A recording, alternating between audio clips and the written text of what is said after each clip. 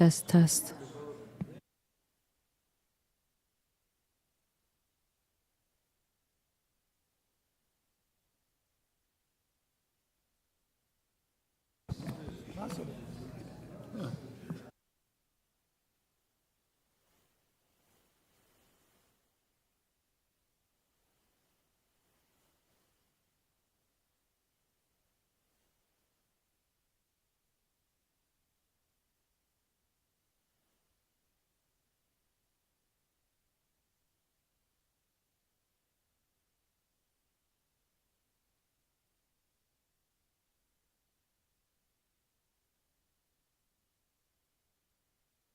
Well, he's pretty good at that stuff. Yes, he is.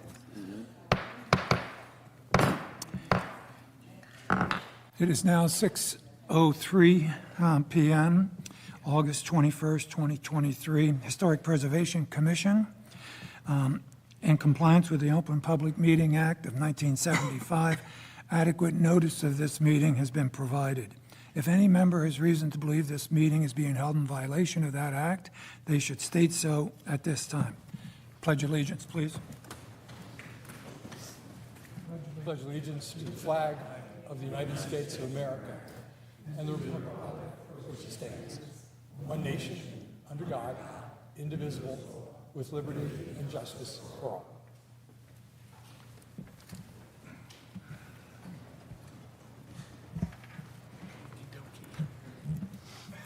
Roll call, please.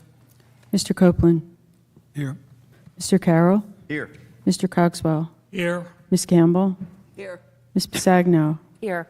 Ms. Wilson-Stradick. Here. Mr. Testa. Here. Mr. Stevenson. Here. Mr. Becker. Here. Thank you. You've all had an opportunity to review the resolutions.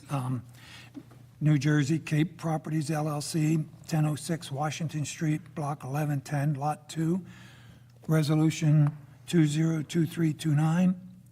Mistretta, 660 Hughes Street, Block 1066, Lot 8, Resolution 202330.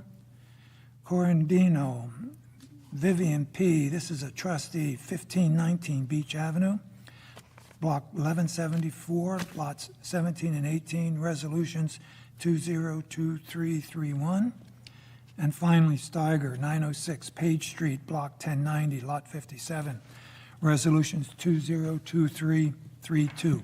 Do I have a motion to accept those resolutions? So move. Do I have a second? Second. Application- Motion by Mr. Sorry. Motion by Mr. Cogswell, seconded by Mr. Testa. Mr. Copeland. Yes. Mr. Carroll. Yes. Mr. Cogswell. Yes. Ms. Campbell. Yes. Ms. Pisagno. Abstain. Ms. Wilson-Stradick. Abstain. Mr. Testa. Yes. Thank you. Mr. Chair, you need to approve the minutes. You need to Minutes. approve the minutes. Minutes of July 17th. You jumped. The minutes. Yes. That's, oh, I'm sorry, I skipped over that. This is my first night, so you have to work with me. Minutes dated July 17th, 2023. I'll move adoption of the minutes. I'll second that. Motion by Mr. Testa, seconded by Mr. Carroll. Mr. Copeland. Yes. Mr. Carroll. Yes. Mr. Cogswell. Yes. Ms. Campbell. Yes. Ms. Pisagno. Yes. Ms. Wilson-Stradick. Abstain. Mr. Testa. Yes. Thank you.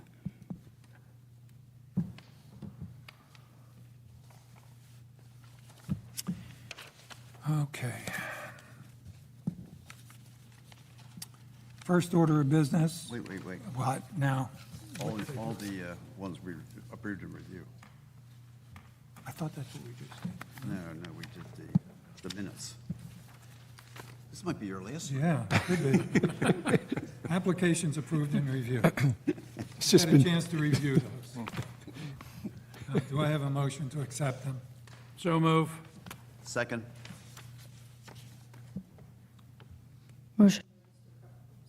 Motion by Mr. Cogswell, seconded by Mr. Carroll. Mr. Copeland. Yes. Mr. Carroll. Yes. Mr. Cogswell. Yes. Ms. Campbell. Yes. Ms. Bisagno? Yes. Ms. Wilson Stradig? Yes. Mr. Testa? Yes, with respect to all except DeLuca, 1515 Beach Avenue, on which I will abstain. Thank you.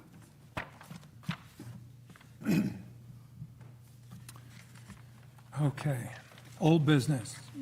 Conrad, 347 Congress Street, 1031, 82 contributing, front porch.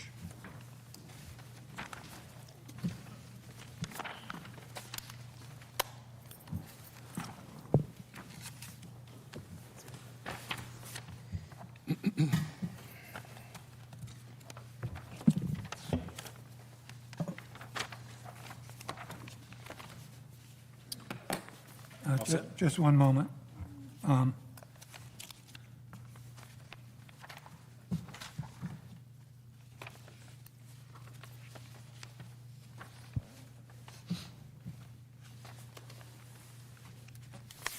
Tonight, on this application, what we would like to do is swear in your group, if we could. Okay. Bob, would you do that for us? Mr. Kenny, could you Absolutely. Thank tell you. us who's here? Thank you, Mr. Chairman, members of the board. Andrew Catanese on behalf of Bill and Dee Conrad, here with Mr. Conrad to my right, along with the project architect, Paul Kiss. Okay. Gentlemen, could I ask you to raise your right hand? Do you solemnly swear the testimony you're going to give tonight will be the truth? Yes. Thank you. Thank you. I know Mr. Kiss has been before this commission many times. We offer him as an expert in architecture. Pardon me? We offer Mr. Kiss as an expert in architecture. We wish that his credentials be Is recognized. he the architect on this project? Mr. Kiss, yes. All set? Thank you. Yes. So this project received final HPC approval in June of 2022. The approval authorized extensive work to this project. That included, among other things, renovation of the existing porch, the front porch, inclusive of new roof, new columns, new railing, new decking, new soffits, and new fascia boards. Effectively a new porch, but the original plans did show it as the existing porch, which would effectively mean that the pre-existing, the original floor joists and roof rafters would have remained. In May of this year, when the house was in the process of being moved, that porch collapsed. Therefore, the roof rafters and the floor joists that were intended to remain aren't there anymore. So the applicant is now requesting approval to reconstruct the porch in full conformity with the plans that were approved some 15 months ago, but subject to that additional work. And because the original approvals didn't contemplate reconstruction of the porch, rather the full renovation, the zoning compliance officer has directed us back to the HPC to make sure that you're aware of exactly the scope, and really it's now become a reconstruction, though, like I said, rather narrow in scope. It's been 15 months since the first application, since the Conrads were first here with Mr. Kiss. That's a lot of time. So Mr. Kiss is going to go over the plans and present them to you, but with the knowledge and the sort of preemptive point that the plans that Mr. Kiss will present to you tonight are precisely the plans that were approved by the HPC 15 months ago. So for that reason, our presentation will be pretty short tonight. With that, I'll turn it over to Mr. Kiss, explain the porch, and we'll go from there. Before we go there, we have a little more information on the explanation of this porch falling off. I mean, you elevate a house, you support the whole house, and you elevate it. And since if the elevation is prepared properly, it would seem that the entire house, including the porch, would have been elevated. And so exactly why did this fall off then? It couldn't really fall off if it had been properly supported before the elevation. Well, great question. We did discuss that at length with the zoning compliance officer after we spoke. I think he was satisfied. But I will mark as Exhibit A1 a photograph that shows the building elevated above the new foundation, ready to go down. It's a little dark, but you'll see the structural steel I-beams that carry from the home all the way out to the edge of the porch. I can't speak to why it collapsed, but I think, Mr. Conrad, you were there on site that day when it did collapse, correct? Correct. Now, Thanks, Andrew. if I may go back, the porch did not fall during the move. The house was already sitting on top of the foundation. Demo work began. The contractors were working on the roof, removing the old steel roofing, some of the fascia boards and whatnot. I walked around to the side of the house and was talking with the general contractor. At that time, we heard, woof. We immediately ran around to see if anyone was hurt, what had happened. Here, the whole porch had collapsed. But what we came to find out, that the only two supporting structures on either side of the porch were made without any interior columns, no interior support. It was simply 3/4-inch pine that had rotted out. And during them up there, I guess, ripped the roof and it's up. It just- Did you take any pictures? I did not. I took pictures shortly after, but not with the actual material collapsed. For weeks, we left the supporting beam out there in case anyone wanted to see it, but we weren't aware that anyone did, so. It just seems strange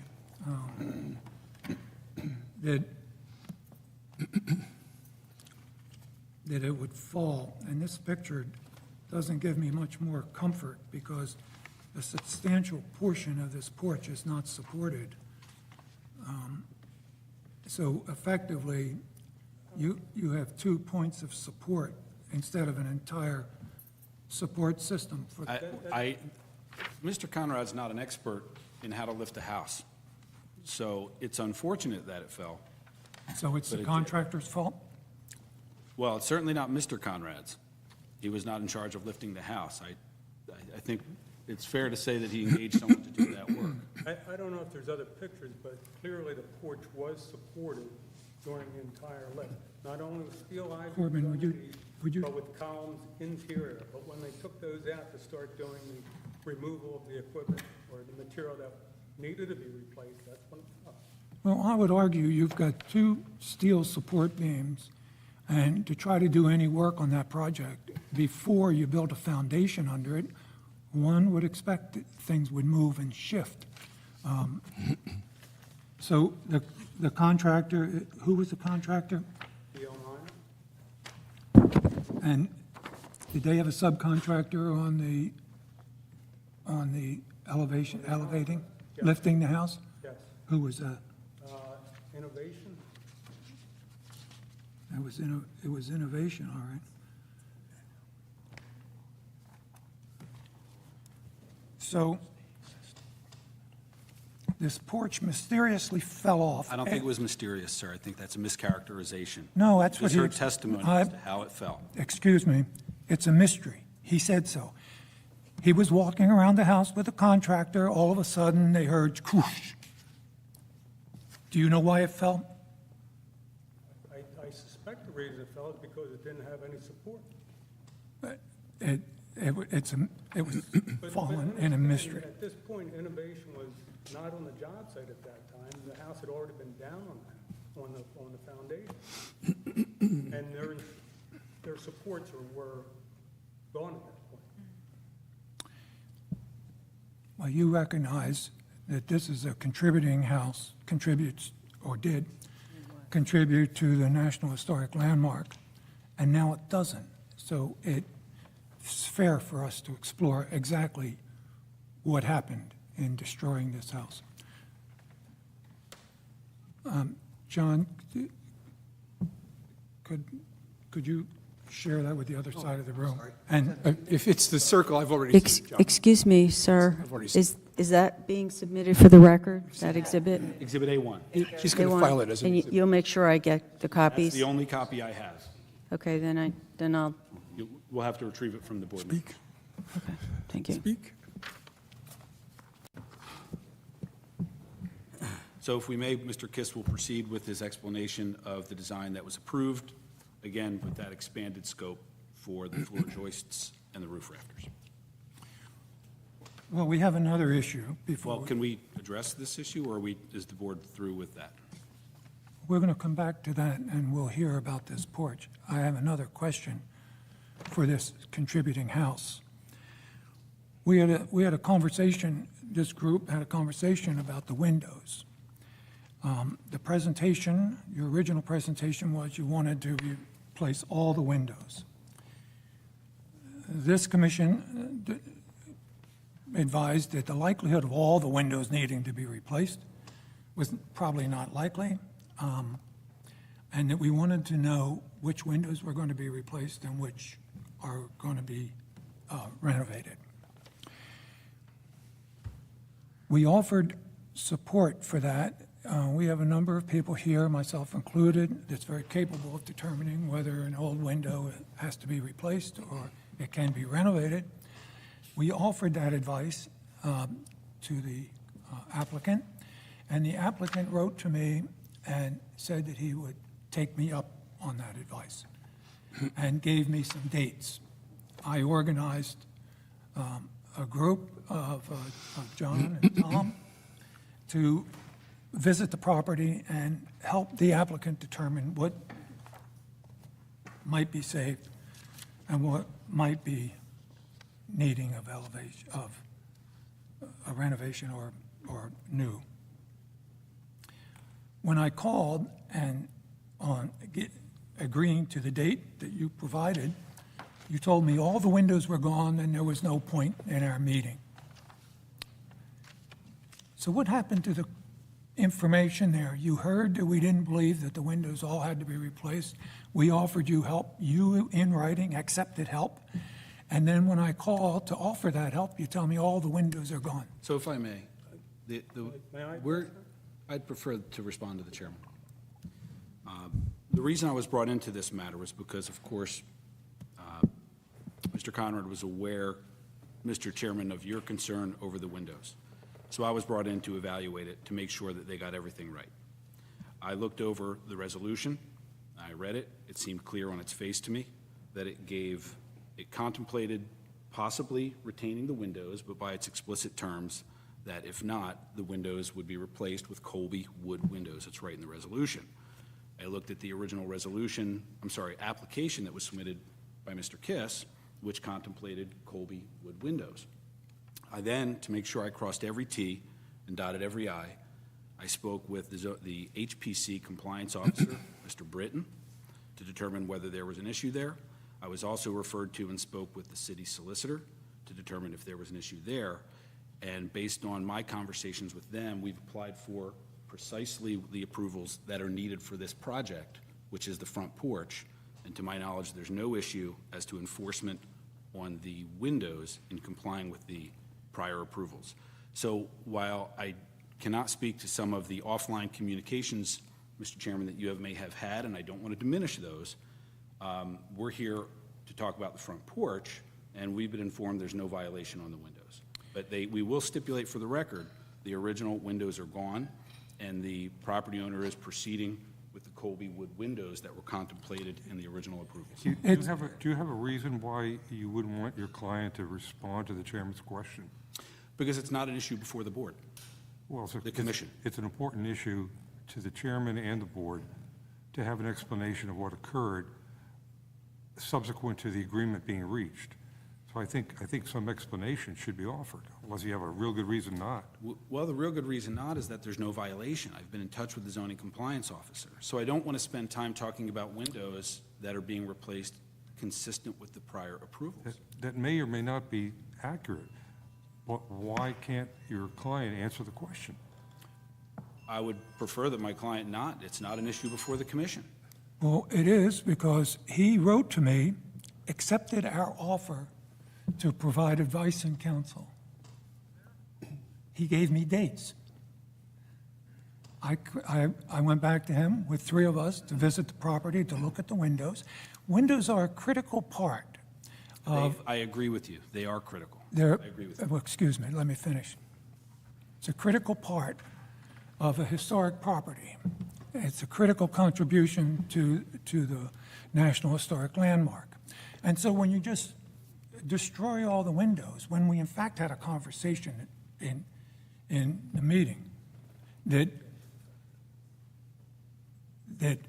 it was unlikely that all the windows had to be taken down.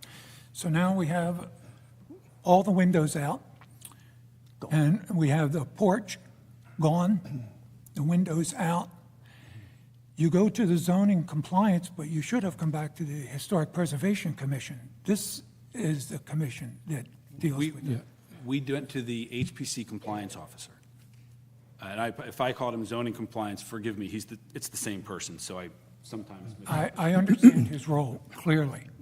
His role is not the part of the independent Historic Preservation Commission.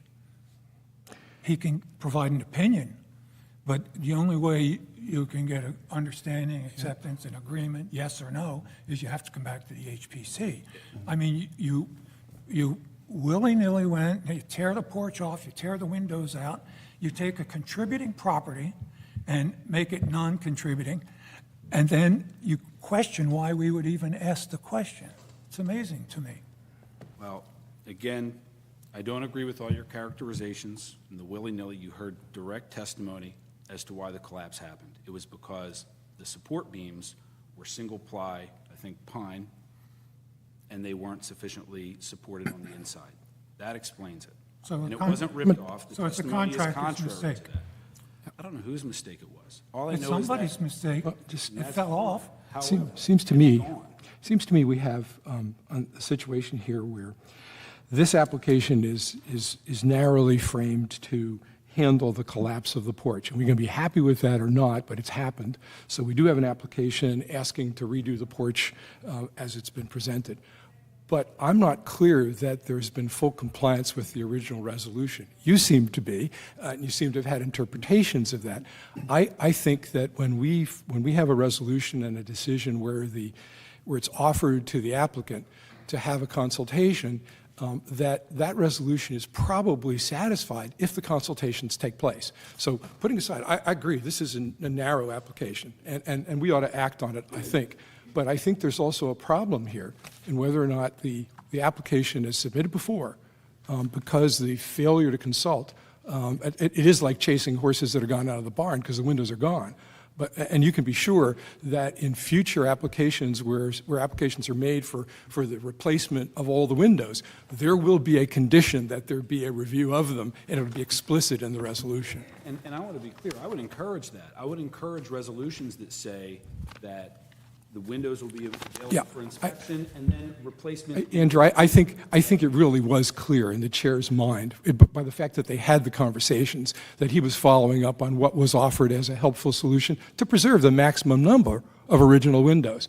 But in the future, I'll be sure to make sure that anytime we do this, that there's a condition that all those windows be examined before they're And again, replaced. If it contemplates then consultation and approval and review, you can streamline it for the property owners. They don't even have to come back to a full board. You can give the review committee that discretion, and they can move. Well, it's happened now. I do not recall a situation while I've been here that these offers have not been taken up.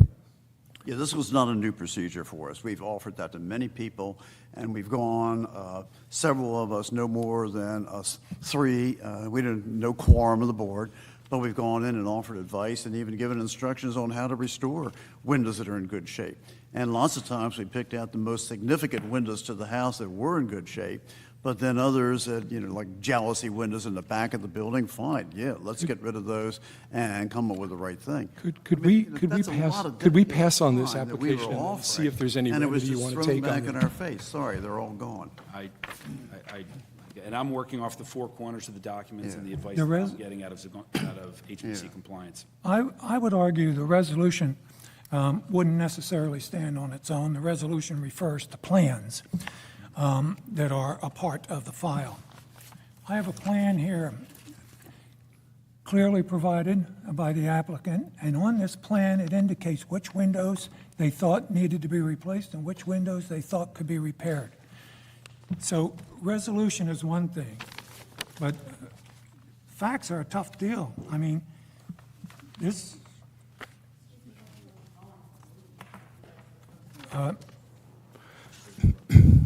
Well, I guess the issue really is, is that what was approved? And if that's a plan of what was approved by us, then it shows some Well, indication. This plan was submitted 6/3, and it's clearly marked with existing windows to be restored with an R and new windows with an N.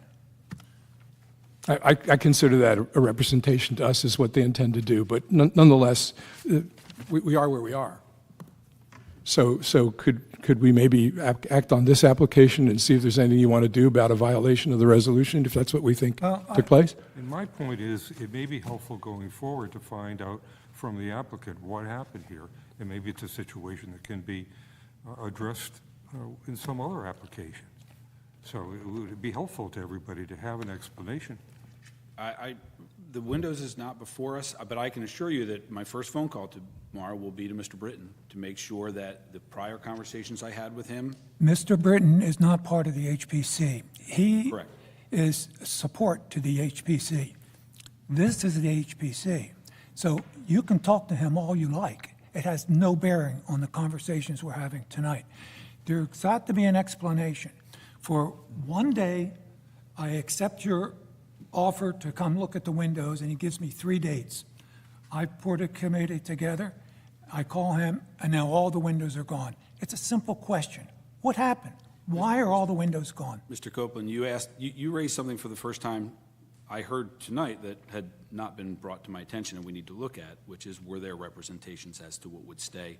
And that's what we're going to take a look at, and what would be replaced. Well, they're gone. So you can look at that now, all you like. And you're saying this is not on the table tonight, but you're here, it was your windows that came out in total violation of an agreement that we had. Maybe it was a little bit more of a gentleman's agreement than a well-worded resolution, but it was very, very clear, and it's something we've used in many instances. So it just looks to me like you left here, you said, let's get the damn windows out of the way, and off they went. And as far as that porch falling down, I just look at that one picture and said, of course it's going to fall down. There's no support whatsoever. It's asking to fall down and get rid of itself and out of the way so you can start on from there. Could I just share with you on June 20th? Good morning, Judy. I have reviewed your email and would like to accept your offer to have a meeting with HPC representatives on site to review the windows. Please advise if we can meet Wednesday, Thursday, or Friday this week. Thank you, Bill Conrad. So I think it's fair for us I to think we ask need a to question. absolutely. and I get will an follow up. explanation. Absolutely. I will follow up with enforcement to You determine continue to if say there is enforcement, any- never mind that. We want to hear an explanation. Why don't you let him speak? Something happened between June 20th and June 25th. What happened? Happy to. There were 3 issues at the time, and when we came in, Judy Decker told us that we had to resubmit for siding, windows, and the front porch. So at that time, the windows had been gone prior to me contacting you. My thought was, if I could get 3 representatives out, we could on-site discuss all 3 issues and come to a Oh, resolution. come on. Your position is, you accepted our offer to look at the windows. You knew the windows were already gone, so you wrote to me and said, yeah, let's meet and talk about the windows. Correct. That's your explanation? And I did swear to tell the truth when I came here, Well, and that's exactly what I'm telling you. you There knew, were 3 issues. you knew the windows were gone. Gone as in out of place or gone as in off the premises? Could you just answer that, please? The windows, when you say were gone as in out of place or gone as in off the premises? I'm sorry. The windows were taken out of the house. Were they still on the premises, or were they junked and off the premises? Let me remind you, too, that during our meeting, when we received everyone's approval, 7-0 to approve everything, the last thing Mr. Copeland said was, what about the windows? Are you going to restore those?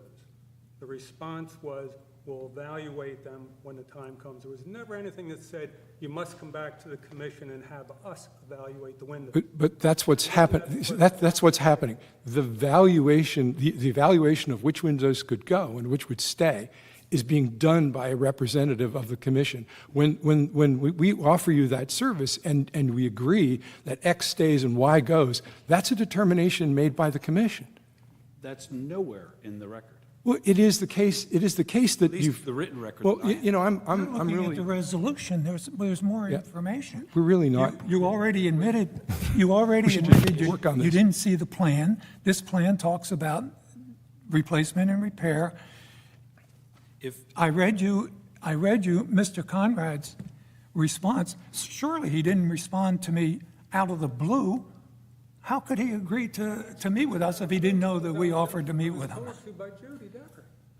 Mr. Chairman, respectfully, if this resolution said that they will be repaired, and if they cannot be repaired, further approval by subcommittee in review will be required, then we wouldn't be having this conversation. Well- The paper record is clear as could be on this. Well, and I they respectfully submitted a believe- plan. I That's respectfully clear. request that we get back to the application before the commission, which is to allow Conrad's Well, construct the porch per the Okay. prior approvals, with all the same finishes that were Okay. previously we approved. we will get to that, but just for the record, this building was contributing, in my estimation, is no longer contributing to the National Historic Landmark of Cape May.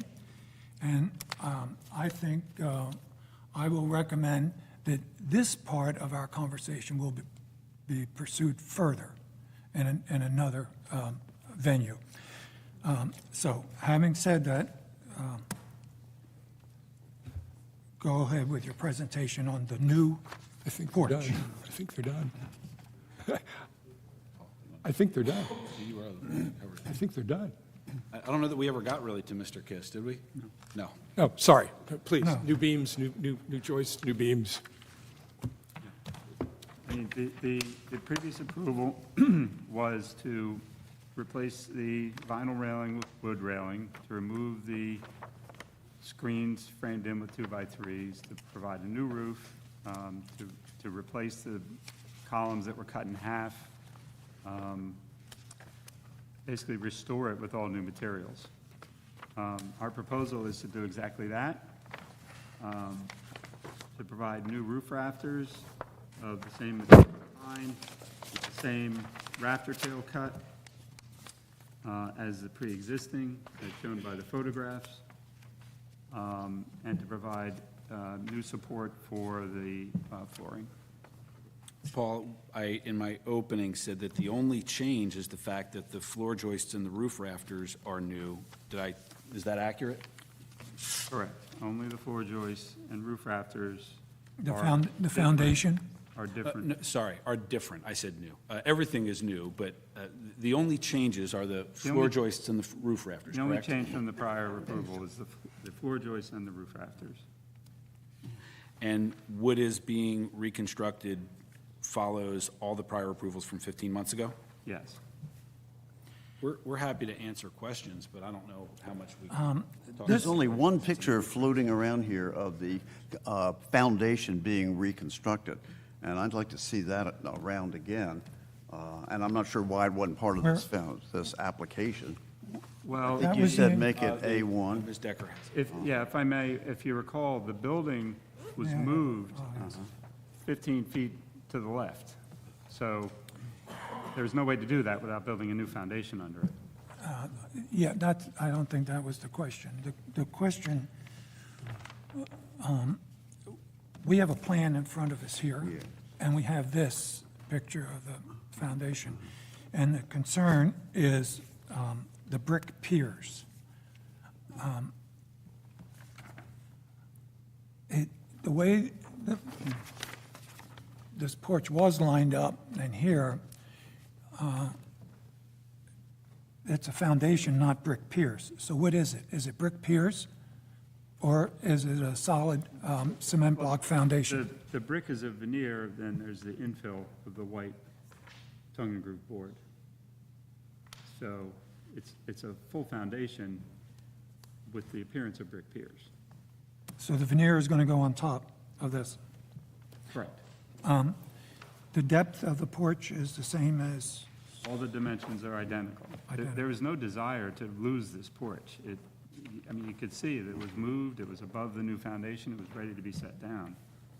It makes no sense to want to have to rebuild it.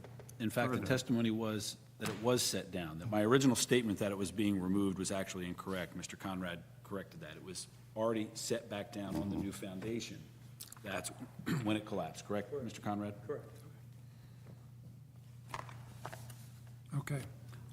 I do think before final approval, we really need a diagram of exactly what's happening underneath that porch that gives us far more detail than what we're looking at here, and is very, very different in what your current construction is showing that's about to happen there.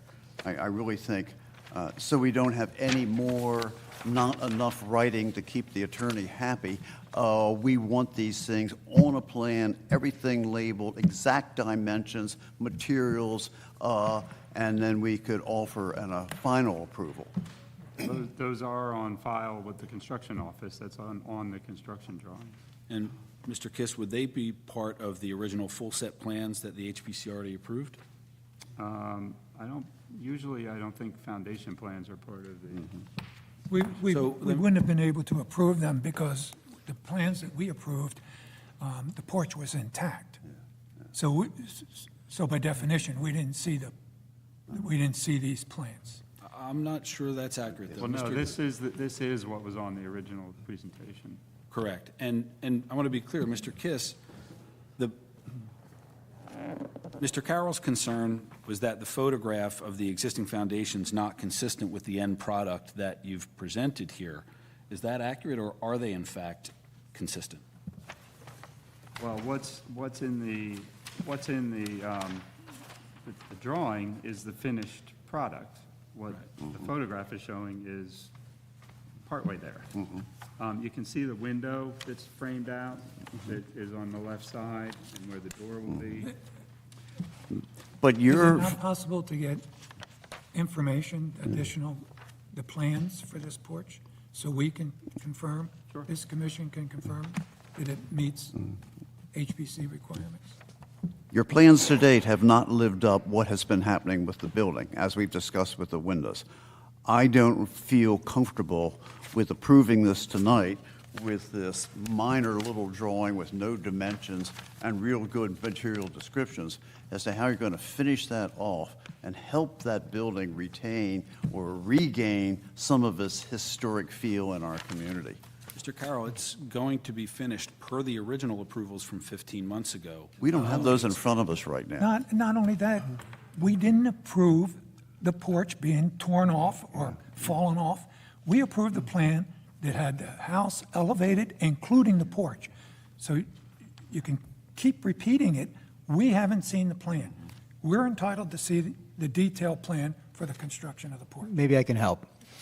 The difference is, and when you opened your presentation, you were really clear, this is no longer a reconstruction, this is a renovation. And you're reconstructing, or you're rebuilding the porch in its entirety, which means it's a different project. Therefore, we don't have a material sheet for all the materials that are being used for this new project.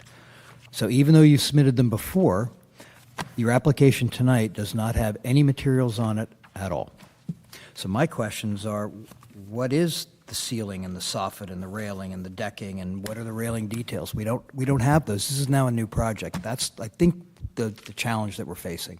We don't have enough information to really assess this new project. I also have another question while I'm at it, by the way. The photographs of the roof rafters and the floor framing, are these are not from this project, right? No, there? no, those Okay. are- Just wanted to be sure. That's what I was hoping you, yeah, okay, good. And you know, the other thing that I think might help you a lot, I'm not convinced that we need to see a foundation plan. I think if you just submitted a drawing, which would be a section through the porch that showed the relationship between the brick pilasters, the infill between the brick pilaster piers, and the concrete block behind them, that would probably give us the information we need. Now, that's all, well, let me ask this. Remember, this is a new project. That's the distinction. This is no longer a reconstruction. This is a new project, yeah. We can submit certainly the prior plans, Be great. right? And those were already approved. These are all consistent. But would you like to just see a framing plan plus what was previously approved? No, I think what we need to do is, I understand. it's a new application because it's a new project. So therefore, all of the required submission materials, because it's a new project, should be included in the new application. That's the And all confusion. the dimensions. Correct. Well, but it's essentially easy, though. It's the prior approvals plus the incremental that is being done as a result of the new project. That's what this makes up. And in that, I think John makes a good point that because it is of that nature, it has new materials. So there have to be a revised material sheet because you're putting new stuff in that you didn't have before, right? Yeah, the confusion you see on my face is that all of these things were proposed for replacement already, with the exception of the floor joists and the roof rafters, which is why I find myself feeling like we're already there, but if You- that's what the board desires, and You since can Mr. Kiss continue to, you understands. can continue to say that, but I just want to make it clear. The porch was going to be moved with the property, with the building. That's prior. So you can't say prior approval. This is a new application. It's an application to build a porch on the front of this structure. We want to see the plan. It's a new application, right from the first page, all the way to the materials, the dimensions, everything. To continue to say it's prior, I take exception to. It wasn't approved prior. A new application has to come before this commission for this porch. Could we take the present application, table it, and expect them to return, and they could simply replace the papers they put in with, No. rather than go through the No. whole new filing process? No, it's a new, it's all new. It has nothing to do with prior. And this commission should only approve what's going to be built, and we don't know what's going to be built. Well, I think we have some idea it's going to be built to look like it did before Well, in a then different let's see. place. Then let's have a new application, and let's take a look at it. We had some be good clear, ideas before, and look what happened. This is a new application. This is not a continuance of the come on. priors. I'm confused. Yeah, Yeah, You want new plans. No, you are confused, I know that. I'm trying to help you understand. I don't know. This, You want new plans, this is a new porch correct? on an existing building. Correct. We don't have a plan. Besides these plans that we just submitted. Because that's not a plan, that's a picture. So I understand what Mr. Becker called for, and I know Mr. Kiss understands. Is there anything else this board feels should be shown on a plan besides what the Yes, architect? I have one more question, and I think it's going to be a simple answer, but I can't tell, it's unclear to me. Mr. Kiss, is there a stair up to this porch? Because it looks like there's a railing drawn here, and I can't quite figure out, is there a stair, is there not a stair? There is not a stair, no. Okay, all right, that's why I'm trying to figure it out, because there's a railing drawn here that I can't figure out where it is, and in the elevation number 1 and number 3, it shows a stair, and I'm trying to figure out where that is. There was a stair with a wrought iron railing. Yeah. That was put on, who knows when, in the 50s or 60s. So this is sort of a leftover in the CAD file? Yeah, so Yeah, this- I would strongly recommend you remove that because it's confusing. Okay. Okay? Thank you. So we will submit revised architectural plans, ask that this be adjourned, come back next month to address the comments from Mr. Becker, and we'll see you next month. So this is a tabling Yeah. of this new application, because it is a separate This is a piece new of paper. So make your new application better, we'll table it, and subject to your waiving the 45-day rule. So I'll move to table this application, subject to the applicant waiving the 45-day rule. Second. Motion by Mr. 45-day rule. We waive the 45-day rule, or consent to a one-month extension. Thank you. Motion by Mr. Testa, seconded by Mr. Cogswell. Mr. Copeland, Yes. Mr. Carroll, Yes. Mr. Cogswell, Yes. Ms. Campbell, Yes. Ms. Bisagno, Yes. Ms. Wilson Stridick, Yes. Mr. Testa. Yes. Thank you. That was a 1-month extension to the 45 days. Okay. Thank you. Good night. New business. Jersey Development Group LLC, 359 Congress Street, 1031/2.02. This is a non-contributing application, and it's for new construction. Excuse me, Mr. Chair, does someone have Exhibit A1 that was submitted by the applicant? I gave it to Tom. I'm sorry? Yeah. What did you say? It wasn't clear. That photograph. And it's for conceptual. It's going to be submitted. Oh, yeah.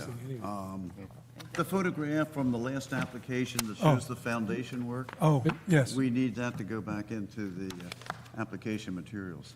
I don't know. I would think, Tom, it would That be is- superseded by what he's going to file. He's going to file complete new support. I don't see it floating around with.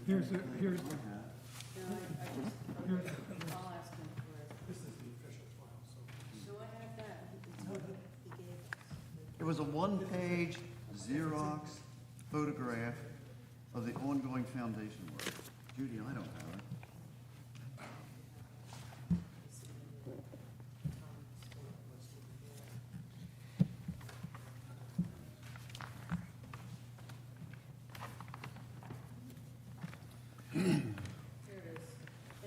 Yeah, got it. Thank you. Hello, Scott. Good evening, Board. This will be a lot more pleasant, I feel, so hopefully we can You never know. bring the spirit of the HPC back tonight. Good to see everyone again. For the record, Scott Peter, applicant here tonight for 359 Congress Street, Block 1031, Lot 2.02. Currently, the property is a vacant lot on the corner of Congress and Park Boulevard. The area is a mix of some singles, some condos, some commercial property, kind of off in the corner there. Here tonight proposing a new single family. The new home is what I'd like to call a traditional beach, kind of coastal classic. Home is a 4-bedroom, 3-bath, 2-story. As you can see by the renderings and elevations, lots of classic details as you would find on some similar houses in Cape May. The home is a traditional A-frame with a large wraparound deck on 2 sides across the front and also wrapping around the side, and has a large covered porch. Oversized columns with brackets on the columns. I'll give you guys a chance to get to the pages.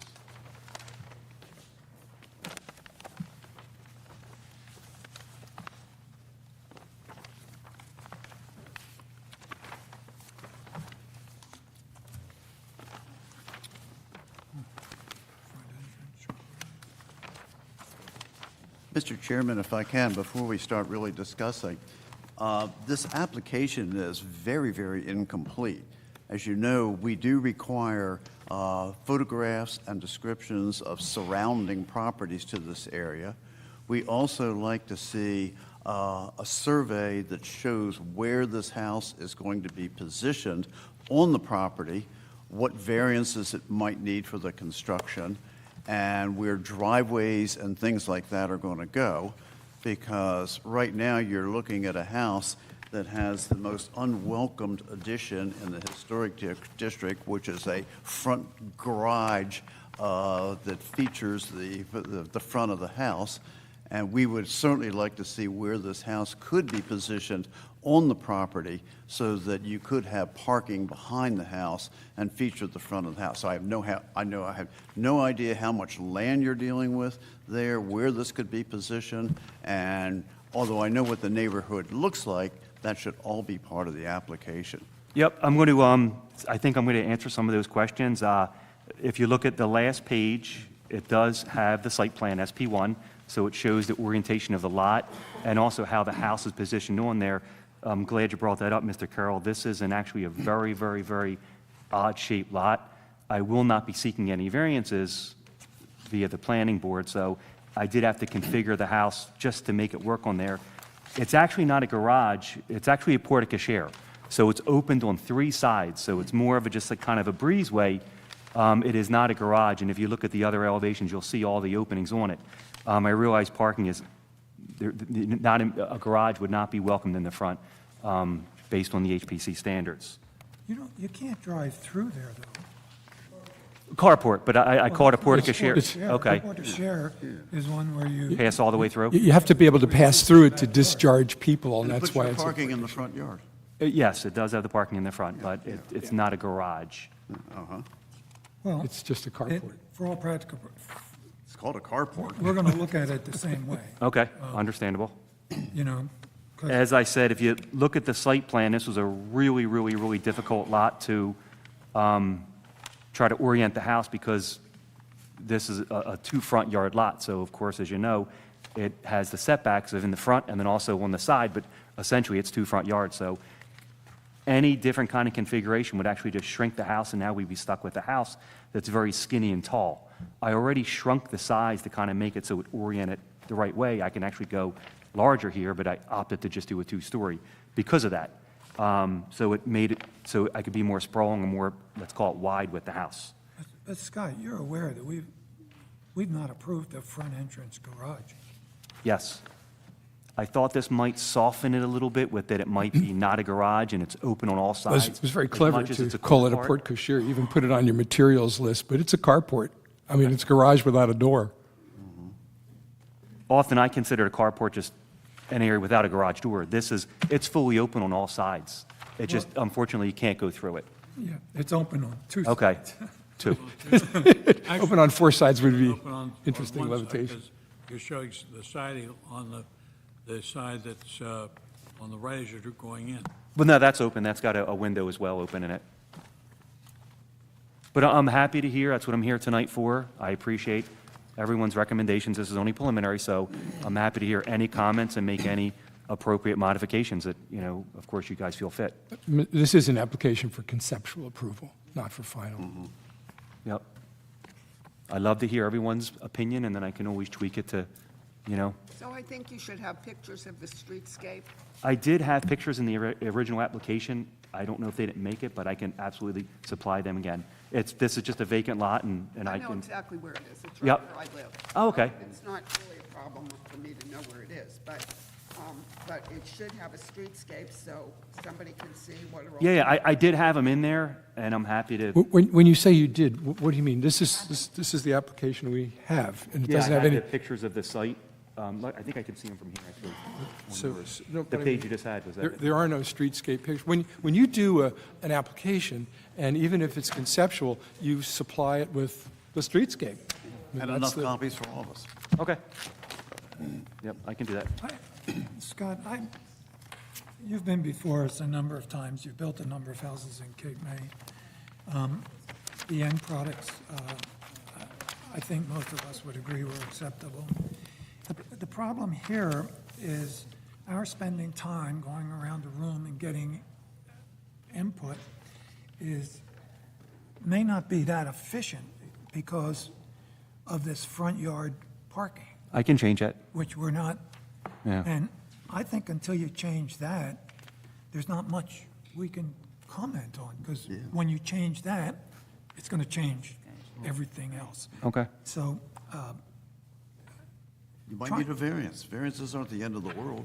trying to save, Often, unless, I've been down this road before, I mean, you have to justify a hardship, and the hardship, as good as it is say, hey, the parking, I don't know if the board would be inclined to, I'm happy to go get a variance and maybe get more coverage or make it work more appropriately so I could have parking. I don't want the parking in the front. It often makes it tougher for the building, but unless I, get maybe some support from you guys, I'm happy to go apply for some type of relief from the planning board, but it's hard to justify a hardship, and specifically considering this isn't a contributing structure, this is just, of course, adding to the beautification of it, but... It becomes contributing in Cape May because it's in a historic district. Okay, So, you've been before us enough to know that when you put 3 windows up there on the second floor and 2 little chicken wing shutters on the outside of it, it's going to upset us.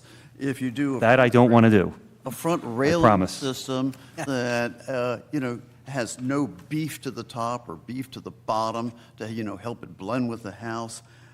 If you try to use some materials that are a little bit more in keeping, rather than hardy board, cedar shakes, drop this idea of board and batten, big attic areas, because that's not really where board and batten was used.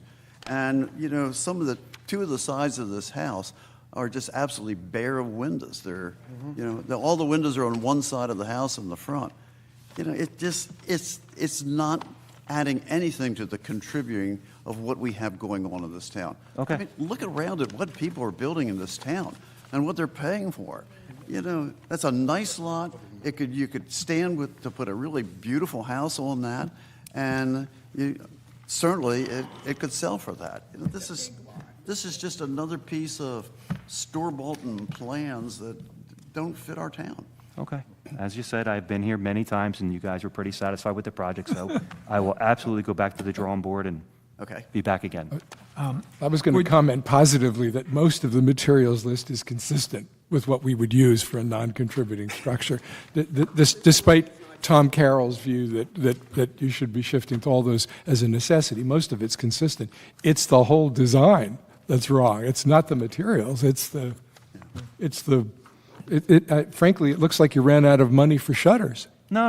You guys know I build a lot of homes, and I'm proud of what I do, and from Strathmere to Avalon. But again, I will reevaluate it and happy to come back. The warm and fuzzy HPC will continue for just a second. John, you have an observation? I just have a couple clarification questions that you might want to consider in your resubmission. On the materials page, it says that the foundation is concrete. When I'm looking at the elevations, there's quite a bit of exposed foundation. What is on top of the concrete? What is the finished material? Concrete footing, and then we, of course, do block work. So all in all, it's concrete. Okay, but what I'm saying is, if you go all the way around the perimeter of the house, the material that is below the first finished floor it doesn't have anything indicated here. Where the siding stops, it looks like there's probably, let's see if we can figure it out, about 4 feet of material from grade to the bottom of the first floor elevation. What is that material? Concrete. That was my question. Yep. And so what is there any other finished material on it? No. I mean, often we've done stone veneer things. That would be inappropriate. Okay. Right? Second question, on the site plan SP1, Yes. it appears as if there's a fence being shown, and I can't figure out whether you're intending a fence or that's just left over from an old drawing, all the way across the front along Congress Street. That's the old drawing from the survey and the new structure Are implemented you on there. intending to put in a new fence? I normally come back for the fencing after we get through the new construction. Okay, well, I would strongly suggest that when you come back for your conceptual review, that you include the fencing. 'Cause Okay. it is a material that we are responsible for reviewing. Yep. One last question. On drawing A 2.0, it's the elevation with the arch, which would be the entrance into the carport. I'm confused as to where the arch ends, and there's that other vertical line that is to the left of it. It looks like maybe in scale, I'd say 1.5 feet. John, that by definition is going to change if he changes the parking. My point is, just make sure when you're showing us elevations that they're accurate. I'm going to get rid of the carport. So like I said, I'm going to reevaluate everything. And So come rather back, and than- maybe I'll reach out to one of you guys if it's okay, if you get a minute. Rather than make a motion to not give this conceptual approval, do you just want to withdraw it and then resubmit? No, I would suggest we table this. So be tabled? All right. And you went over the time running. Yeah, that works for me. I did have one other suggestion. On this one-dimensional drawing here, it's difficult to tell the slopes on the roofs, and there's some crazy angles there, and I think maybe it would be better to try to provide us with maybe a 3D rendering, so we can see exactly what the roof is going to look like. Yeah, I usually put the pictures on there, but I can absolutely, on the It's next kind of set. odd-looking. Yeah, okay. On this. So I'll make a motion that we table this with the applicant agreeing to waive the 45 days. I'll second that. Motion by Mr. Copeland, seconded by Mr. Carroll. Mr. Copeland? Yes. Mr. Carroll? Yes. Mr. Cogswell? Yes. Ms. Campbell? Yes. Ms. Pisagno? Yes. Ms. Wilson Stridick? Yes. Mr. Testa? Yes. Thank you. Thank you all. Thank night. you. Thanks, Scott. She's good. She just went back to school. Okay. Thank you. Next order of business, 1515 Beach Avenue, 1174/22. This is a contributing property, and it's for a fence. Mr. Chairman, I'm going to recuse myself from participation in this proceeding. This is a house that's on my block, only a few houses away, so I'll Okay. be. Thank you.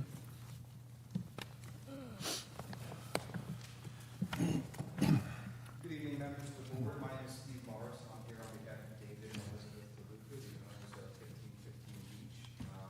While I've not had the pleasure of appearing before this particular occasion before, I'm happy to be here this evening and to tell you about the project that the DeLucas have going on. Could you, the application doesn't show whether this is conceptual or final. We will be seeking final approval here. This situation, as I believe some members are aware, is an as-built. It was an extension of the scope of a prior approval, which we are now here seeking formal approval from the commission. And Thank you. the package that I'm handing to you, we're going to be walking through this tonight, so I ask that you incorporate reference to it as we move through. Ms. Decker, if you could mark this and we can do it A1 through. There's a number of photos where there's three different subsections. So those will be marked on B1 and 3, C1 and 2, etc. Your name, sir? My name is Stephen Moss, O-R-R-I-S. And together here with me, I have Peter McGarity. He Thank- submitted the original application on behalf of the Lucas, and he was of the landscaping company. Thank you. And installed the fence, which is before you here this evening.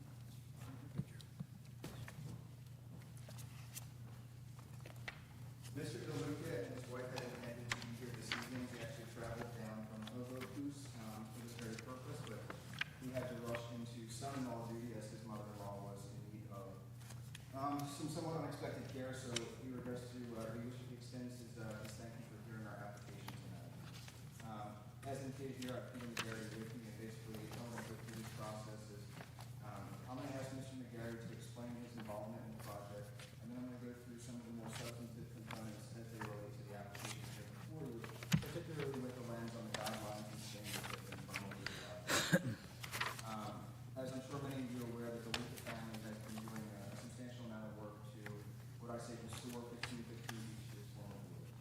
I believe we actually have an application review with respect to the railings on a second floor porch that are a piece of old business before the commission here this evening.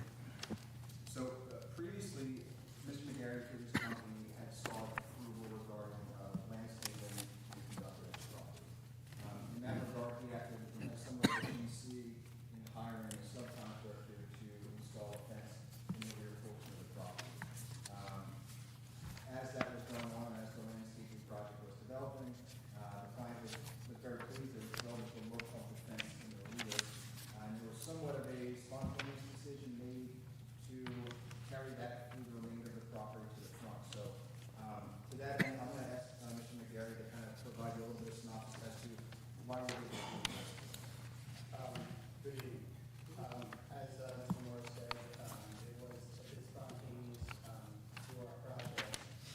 Prior to starting the project, we had an application to HBC for a 6-foot stockade fence for the rear of the property, cedar, which was approved. Mid-project, Mr. DeLuca had asked if we could install a classic picket fence across the sides and front of the property. Without knowing, I said sure we can. It was great material, that was previously approved. I was just unaware that we had to come back for another approval for an add-on, if you will. Mr. DeLuca's whole process for this was really to just bring the house back to life. We used a lot of the impervious coverage. The backyard was complete concrete when we started. We really added a lot of streetscape back to the house. However, I did not get approval for the But you've done work in K-May, or you've done enough that you know you needed approval for a fence in the back. Wouldn't it have occurred to you, you need approval for a fence in the front? It quite honestly, it didn't. I thought just by getting the approval on the back, I thought the material was really, would be a question. I had no thought at all to see the thing. So, unless any members have objection, I'm going to get kind of a little bit of my narrative here, and then if you have any questions, feel free to stop me anytime, and we'll be happy to address them. So, as you're somewhat familiar with the property 1515 Beach, it's a contributing, it's not a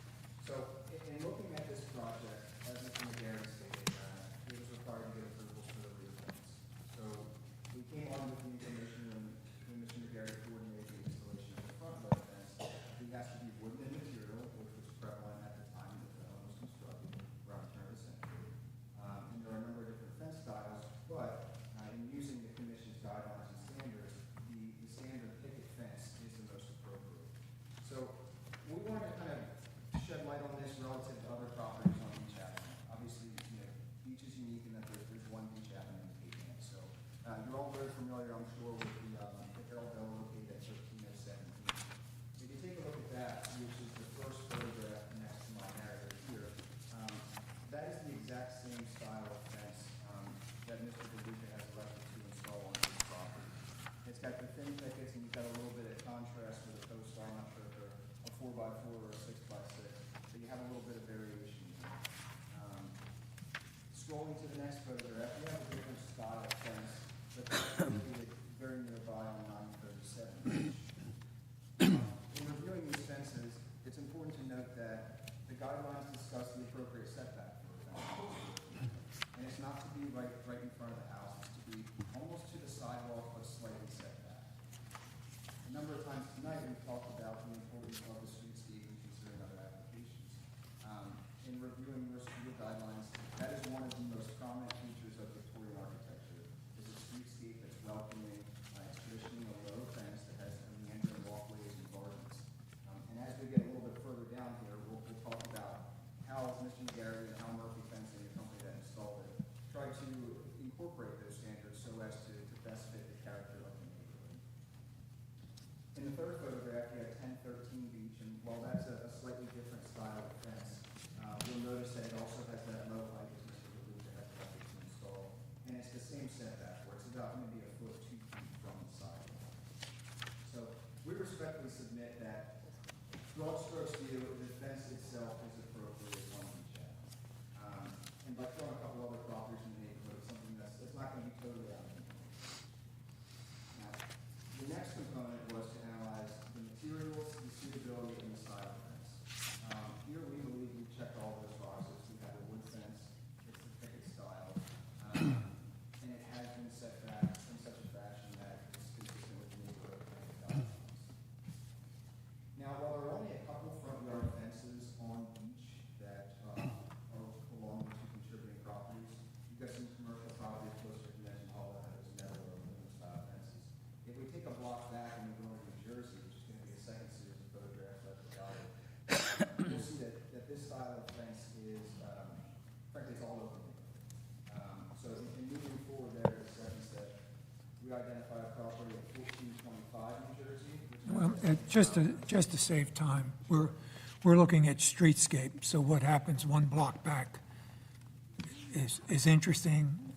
It might contribute something, but really, we're looking at beachfront and a fence, so just trying to save some time here. So to that end, there are 5 photographs that show fences on New Jersey Avenue, which are all within a couple blocks of the other subject property.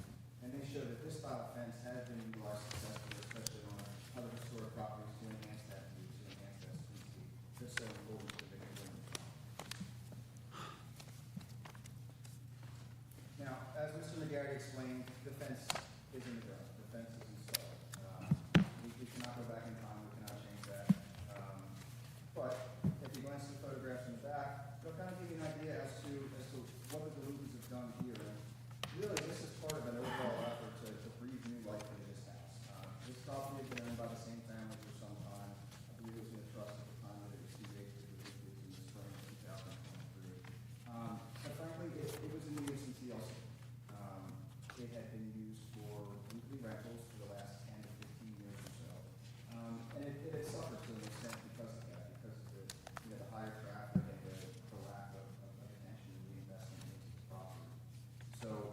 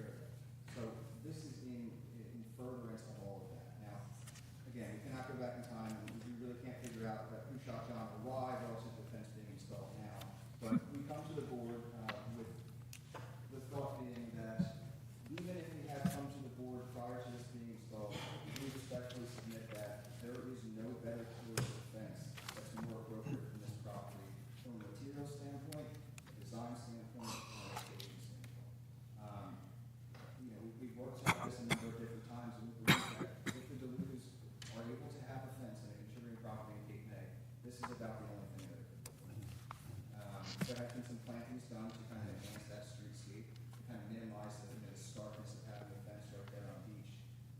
And Mr. McGarry has actually generated a couple additional renderings of what new plantings could do over and above those two photographs you see before you today. So if any members of the board are interested in that, we would be happy to attach a condition to approval that there be some additional plantings, but right now, I believe the client is pleased with the look, and with that, we'd like to open it up to any questions. Before we open it up for questions, just for the record, we do know who struck John, and it can be undone by taking the fence out. So when we go around the room, you can appreciate what you're asking us to do. Tom, you want to start? I'll be happy to.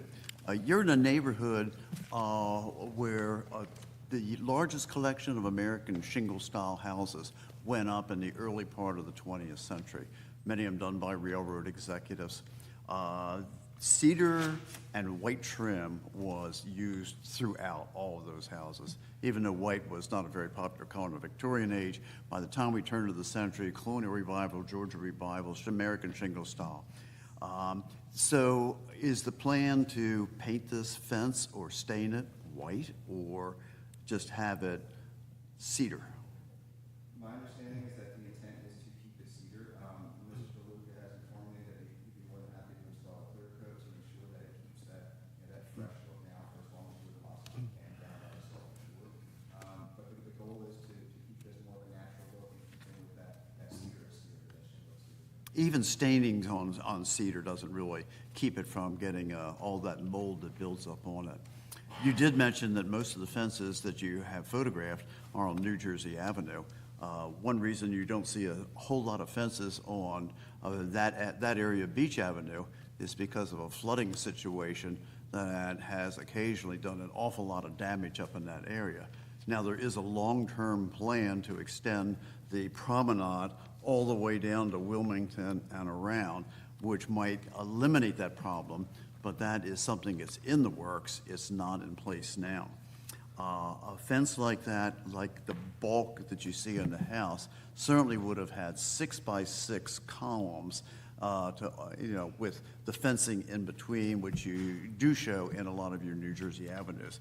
From the best of it I can tell, these are 4x4 posts and a very lightweight fence in comparison to other fences that we're looking at. So to me, the only way I think this could really slowly fit into the property would be that if it was painted in a very good quality white paint to match all your white trim on the house. That's my opinion. Pip?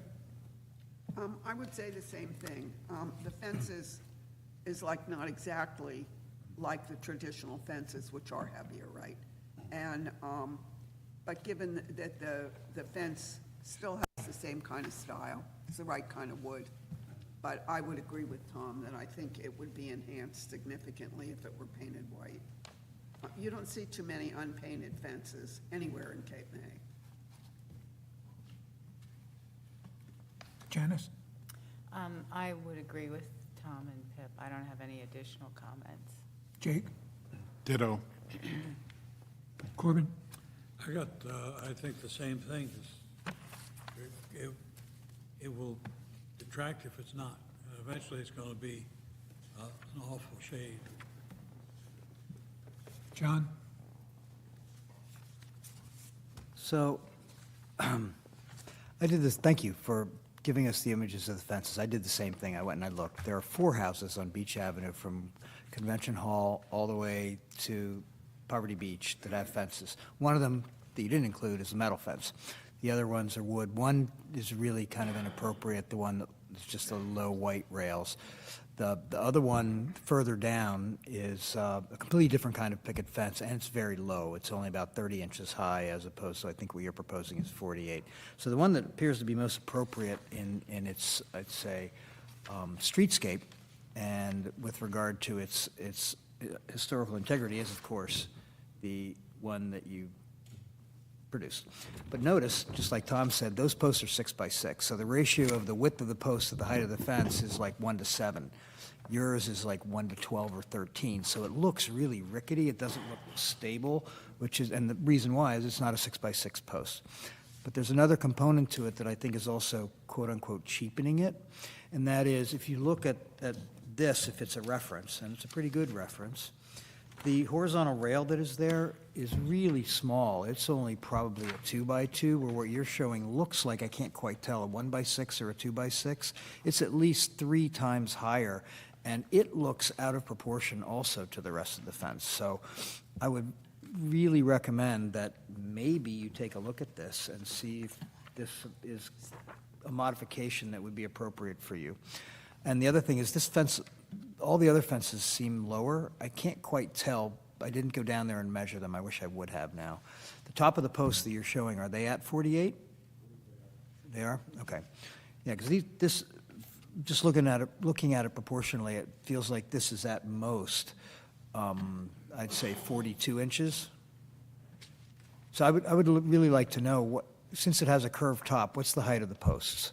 So is that 48 inches the top of the post? Yeah, okay. Yeah. Those are my comments. So, John, what's that picture you're showing? Oh, Yeah, I can't find it. so I brought it myself. My long-range vision is not that good. Could you Yeah, pass I'm it sorry, around? yeah, I'll pass it around. It's the one that he has one as well. Yeah, Okay. Oh, okay. yeah, it's the Morningstar Villa. It's 2 blocks down from where these. All right, I got it. Yeah, I'll pass it around. Again, this is only by the naked eye, but I know. believe the Morningstar Villa to be about the same height as Yeah, I would strongly, so what I'm saying is, it's not just height, it's proportions and the spacing of the picket. So when you look at it, the fence that you're showing feels and appears to be not only higher but less stable. And I think all I'm trying to point out is perhaps the reasons why. And it's why the Morningstar Villa fence appears like it belongs there, and the one that you've shown does not. Okay? Yep.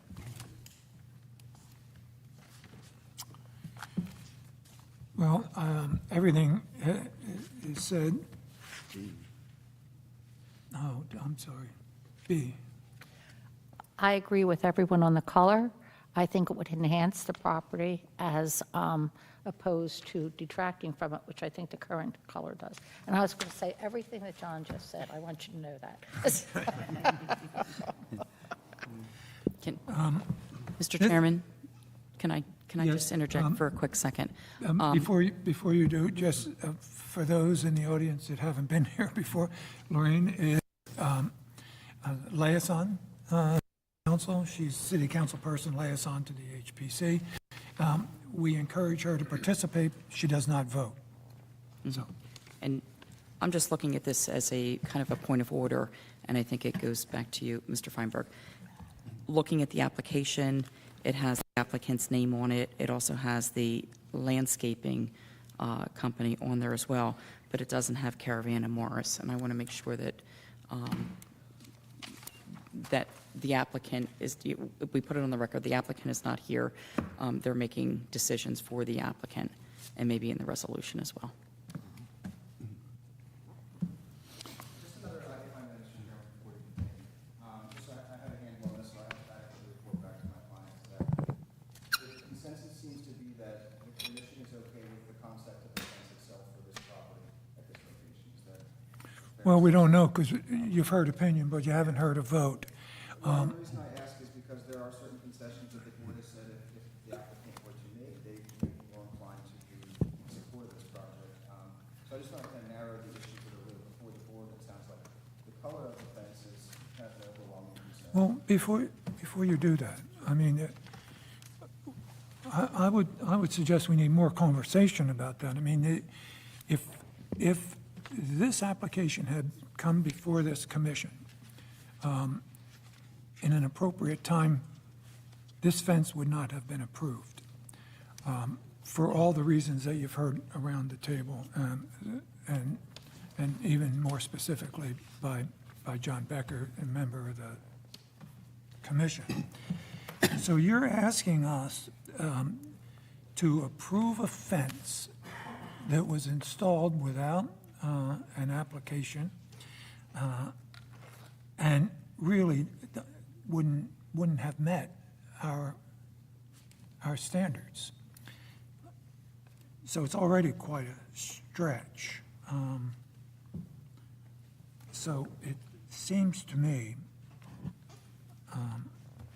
it would probably be unusual to have to take it down, but that is an option. I would ask the commission to think about whether to approve this or not. But I think a better landscape plan and painting would be an absolute minimum. And I'm reluctant to agree to that because it's not fair to all the other applicants that come before us to go ahead and do something without approval and then ask for forgiveness. So. Mr. Chairman, if I may, a couple quick points of retort to what you said, Robert, to Mr. Carroll's. John, you were bringing out a very important point there too, which I didn't bring out. We certainly would have wanted 6x6 posts to support that fence. That would not be that difficult to take the 4x4s down, add 6x6 posts, which means you got to shorten each of the sections a little bit and reconnect them to it. Actually, you could do it just by cladding the 4x4, and it would appear to be a 6x6, right? As opposed to having to take it out. I mean, just offering, yeah.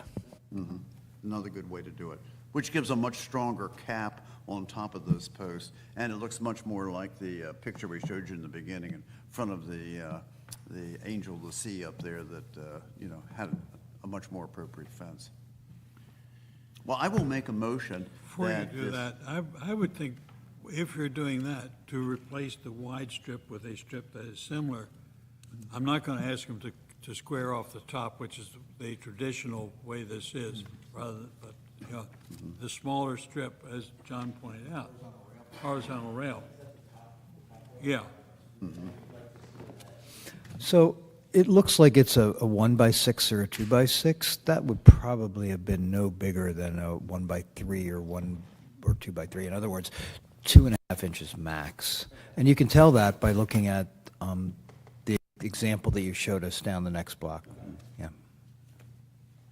I will make a motion that the application be accepted with the following restrictions.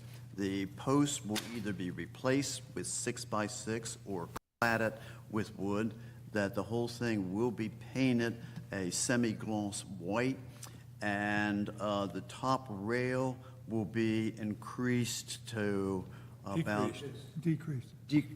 Decreased to what, John, about a 4-inch? I'd say no more than 2.5 inches. 2.5 inches? Okay. And I'm not going to get into a landscaping plan, because if Jim was sitting up here, I think he would agree that growing things outside your fence on Beach Avenue in the winds and the conditions you have there is not a gardener's dream. You want your landscaping inside the fence and up and closer to the house. But that's not part of my... So Tom, one friendly amendment? My motion also will continue that landscaping should be more behind the fence and up closer to the house.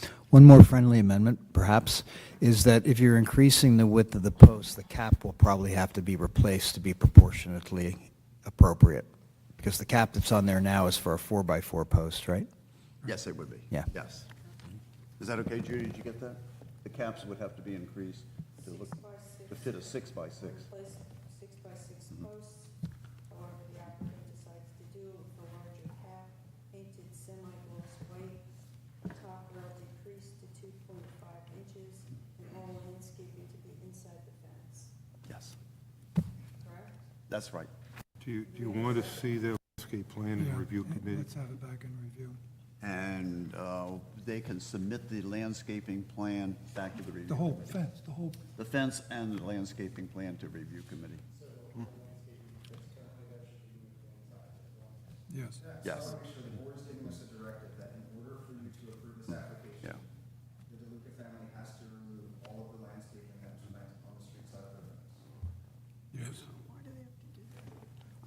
don't think we have to make them reboot it. I'm just thinking of additional. Well, so here, I'm going to take another document that Mr. McNary prepared, and it's a rendering. Obviously, there's a lot of concern here about the color of the fence, but now for the first time, I'm hearing that the landscaping on the outside is a problem. In these renderings, you're going to see actually an enhanced landscaping plan where it shows, Ms. Decker, where you'll see actually it includes more plantings. And this obviously kind of puts us at a rock and a hard place because the board has talked about the distaste of the natural. No, I'm comfortable with this. This could be camouflaged by additional plantings, which would, take away that perceived sting of having a natural wood look. To the same extent, that's really what gives these shingle-style homes their charm, is that this is a natural wood look, which fades over time, it becomes weathered over time, and that's part of the entire charm of the shingle-style home, particularly here at 1515 Beach. So I just want to be totally sure for the purposes of the record that it is an absolute condition of approval that this fence be painted white if it is to remain. That is the motion that's before us. Okay. And again, I don't want to belabor these points, but I need to make it abundantly clear so that when I read this report and I discuss the next steps with my client, there's nothing that, a question that can't be asked. And you're sharing this rendering now of this landscape plan. Are you asking us to make that part of our motion? I would ask that that be marked and entered into evidence as an exhibit that was referenced by the applicant. I'm not going to indicate that this is something that we have affirmatively determined to do and requested your permission for it. More so, it was an option to address the different alternatives should there be concerns. Then I don't understand why you shared this with us. If you choose to disregard it in consideration of the application before you, Mr. Chairman, you're free to do so. Well, We understand this unique scenario because well, we're here after the fact. the question is, if you're proposing this rendering, that's one thing. If you're just sharing it with us as a point of interest, so I don't understand what this is. Well, so let me shed some clarity on that. Obviously, this application is distinct because we're here after the fact. If we were here before the fence was installed and I came to you with this, I would say, yes, that's probably what we're going to do. But again, we are here after the fact. And just one point I wanted to note for the benefit of the record is that you sort of made the characterization, Mr. Chairman, that this was done somewhat surreptitiously. That's not the case here. 1515 Beach has been before the HPC on a number of different points. Railings, exterior landscaping, interior. This wasn't like we were doing a fly-by-night operation where we thought we could throw up a fence, nobody would notice, and we'd come back and beg for forgiveness. This was an oversight. This wasn't done with the intent to circumvent the board or to move around the board, and that's why we came forward tonight with such a detailed presentation citing the HPC guidelines, which are governing and controlling the board's decisions. If you take reference to the narrative that I put together, and you make references within the guidelines, you will see that they are devoid of any reference to a 6x6 building. You will see any reference to not in fact, quite the contrary. If you look at the photographs that were selected to be included in the guidelines that are to guide our decisions, you will see nearly the exact same fence that Mr. Kluge installed. Well, If we look at those guidelines regarding the function of the streetscape, you will see that this has been constructed and designed that furthers the ambition of the HPC goal of the streetscape. I think, Excuse me, Mr. Chairman. Excuse me, sir. If you go to page 42 of our current, the new guidelines, they show the same type of fence in several different ways. That is painted, they're large, the large columns, posts, the way we've decided. And this is consistent with the guidelines that, or the standards that were approved in 2000, year 2000. I don't like the landscape to happen. So I think if we want to see the landscape plan as part of the motion. We want to see it part of it. We want to see a landscaping plan as part of it. Yeah. Looking in retrospect, there's going to be overlap between design standards over the course of the development. Let's just end it there. I mean, you're talking like You're the HBC and you're the expert on fences. Respectfully, sir, no, I'm not. Well, you are, so just, why don't you listen to the HPC? Most of the fences that you see, this design, this size of a house, has 6 by 6, at least, not 4 by 4. I made it clear to begin with. If it had been before us, it would have been not approved the way it is. Now you're asking us to make an exception, make an approval. We're trying to work with you or your client. So the discussion is moot. We have a motion before us after hearing all of it. I would add that we would like to see the changes that were discussed in the motion, add a landscape plan to that, and have that come before the review committee. I'll make that part of my motion. So we have a motion. Yes. Do I have a second? I'll second that. I'm sorry, do you want to include the landscaping inside the fence in this motion or not? Landscape plan, just, Just a landscape plan? The final presentation. Okay.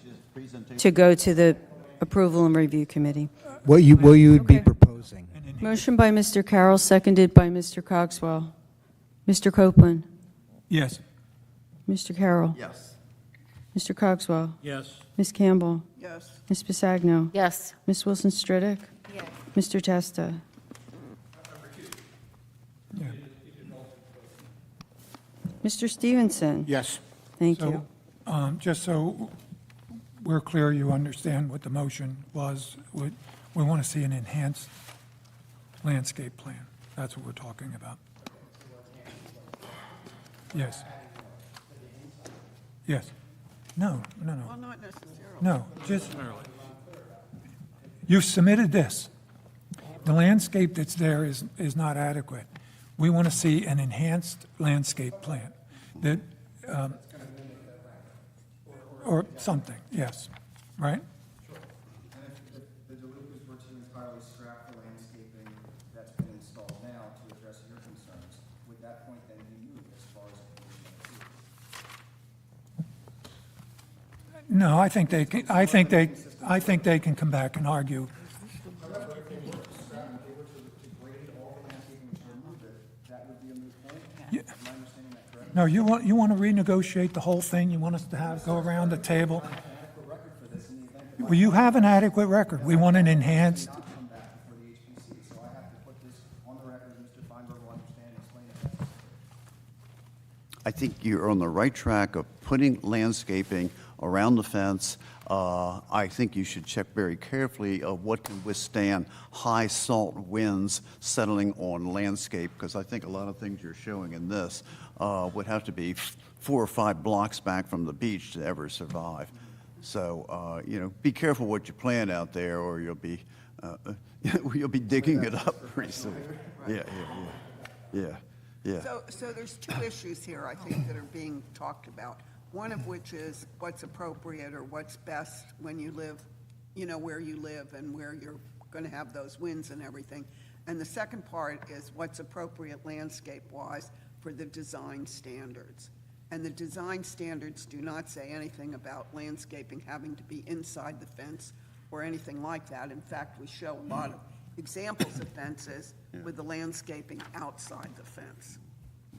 And so an enhanced landscape plan, whether it's not up to the HPC to determine what lives and doesn't You live. can make the plan. But we want to, but you understand we're looking for an enhanced landscape plan. We're going to That's- beef up the 4x4s and we're going to paint the fence. That's home base for nor'easters, the first point of contact, full wind strength, and sometimes water behind it. Different color other than white, since there's been expressed concern about the exposed wood look and rapid deterioration. Would the board approve this application if it were to be a color other than white? No. We don't deal with color necessarily, but I don't know why you would have a cedar house painted white trim and then have a different color fence. No, I understand that, but there is a concern about color here, because this is a natural color, but the board has expressed a desire to have it painted white. You've heard the motion. We have, We voted. and we voted, so, You'll receive a resolution after next month's meeting with all the conditions in it. Judy, you're gonna have to, there's something wrong with your mic. Turn your mic on, or we're having difficulty understanding you. Yeah. Your mic's off, isn't it? It's off now.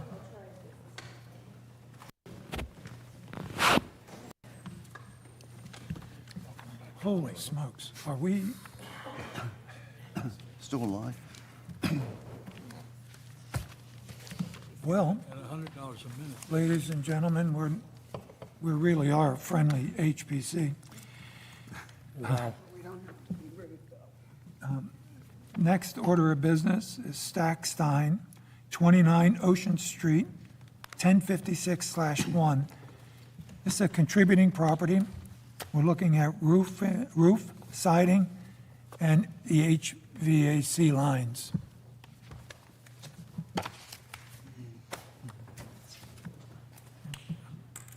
You said I wasn't fuzzy. You told so. And I'm trying. How am I doing? Oh, wait a minute. Well, turn the mic on and tell us who you are. Oh, my name's Victor, and I'm on behalf here for Mr. Saxton. He was gonna be here, but I'm sorry, I didn't get your name. Victor Aguilar Yeah, you need both names. and Aaron Saxton. No, I'm sorry, your full name is? Victor Aguilar. Okay. Yes, sir. Got it. Thank you. No worries. Well, wait a minute. Before we go on, I want to be helpful and cooperative, but we've had this discussion before. Are you authorized to speak for the? He's listed on the application. Yes. So I am actually. I still have the question. You're the contractor. Yes, sir. But he's the contractor, but we don't know that he can represent the applicant. We have had that before, and we've asked that there be something submitted by the applicant confirming that you're authorized to represent them if they're not here. That's fine. Well, I just wanted to review the application itself, and if he needs to be here to make any decisions on what needs to be done, we can arrange for that. I mean, he was planning to be here, but if you guys want to, I would suggest put it aside and I would have him suggest we here. table this to next month. This is a major application. Yeah, I mean, it's an important application. It's not an affront to you or anything No, that no, you're you're fine. representing. But the owner is either going to have to be here or provide us with some, giving you the authority. Okay. I know he did tell Judy that he wasn't going to be able to make it, so he at least did that. And just to give you some context on the application, it's been submitted twice before. So the first time when I was called to be the contractor for the house, we submitted for a roof, and that was actually approved. Now, we couldn't go along with the project because there was the violation of the HVAC lines. So now, then the HVAC guy came back and submitted a new application, and that was brought up saying that you guys needed to review what he wanted to do with the lines and the enclosures. Well, it all got mixed up into one application where I did the drawings and we did everything that we wanted to submit through just one application. Now, Mr. Saxton is going back and forth with the HVAC guy because he installed all these lines without a permit from you guys or from the city. And I know there's a lawyer involved in that, so I don't know if I'm in the right place to be telling you what we're going to do with the lines. No, I'm nothing personal. Oh, you're fine. So please don't take offense, but it seems to me this is a significant application. There's a lot of work to be done, and I think we need someone representing the owner, which in fact could be you. Yep. But we would like to see in writing from the owner who they want to represent them at the meeting. As Victor did bring out, the equipment that was put in was done without permit, which we're getting rather used to tonight. I've looked through a lot of this, and there's definite attempts to hide that with different wood trim around it, with no real consideration of relocation. So I do think the owner of this property, it should be here since, we're dealing with a violation and now an attempt to improve on the violation. But I looked through the plans quite a bit, and I just thought. Well, the real solution is to reroute. Yeah. The real solution is to reroute the lines that have been improperly put in and illegally put in, and then deal Well, with. again, And I think that's- it's inappropriate to continue our discussion. I Yep, think fine. the issue is, we don't have a representative here, and I think we should, I was going to say table it, but I'm not even sure because of the 45 days. I do have a question, though, of how this relates to our application form and the papers that we otherwise use. I had been presuming, and that's probably wrong, that when a person was entitled to notice of the hearing, that he was authorized to act on behalf of the owner. If we need additional paper, like a power of attorney or something, we should be preparing that. Yes, but now I'm concerned about the 45 days, and he can't agree to that. So It looks like this was received August 14. Was it complete at that time? Yep. Yes. So- Well, I accepted it as complete. Mr. Saxton did email me today. He was unable to come. He had an emergency at home, and he was going to watch the live stream. That's the last I heard from him. And he is. I know he's watching. So Well- 45 days from August 14, I think carries us past the next meeting, is that right? Next meeting would be within the 45 days? It would be. It would be. Well, is it possible, I mean, for example, you want to table this, so we can move to table? And in moving to table, if authority isn't confirmed, the part of Mr. Aguilar to represent the Saxtons, then I would say that this would be a conditional denial, and we would simply deem it to be denied. It's not, it's applied as final. It's never going to get a final approval. Actually, I think that's a good point. I think if we were to deny this, then we don't have to worry about the 45 days. Since he's supposed to be listening and his kind of representative is here, we would really just like to postpone this until the very next HPC meeting. Okay. But Well, two solutions are, I mean, you can deny, we can deny, Or deny. in which case that it just is denied and he's got a right of appeal, but we could also table and have Mr. Aguilar's authority to confirm. Okay, the next meeting is within the 45 days. So I'll make a motion that we table this. Second the motion to table the application. Motion by Mr. Copeland, seconded by Mr. Testa. Mr. Copeland? Yes. Mr. Carroll? Yes. Mr. Cogswell? Yes. Ms. Campbell? Yes. Ms. Bisagno? Yes. Ms. Wilson-Stritick? Yes. Mr. Testa? Yes. Thank you. Thank you, guys. Okay, You guys thank have a you. great night. No worries. Take care. You guys did too.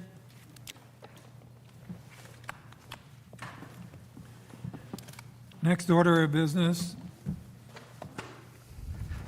Heineken, 1045 Washington Street, 1112/10. This is a contributing property, and we're going to talk about a landscape plan, fence, and lighting. Mr. Chairman, I must recuse myself from this conversation. My property is 195 feet from this property, so it falls within 200. Okay, thank you. 195. And welcome back. Thank you. I was here for the last tabling.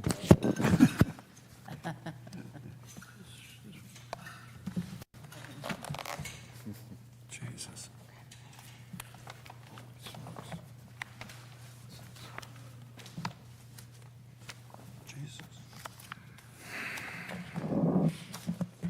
Can I just make a comment before the applicant starts? I think you all did receive the ordinance that City Council is looking at in first reading that has an awful lot to do with exterior lighting.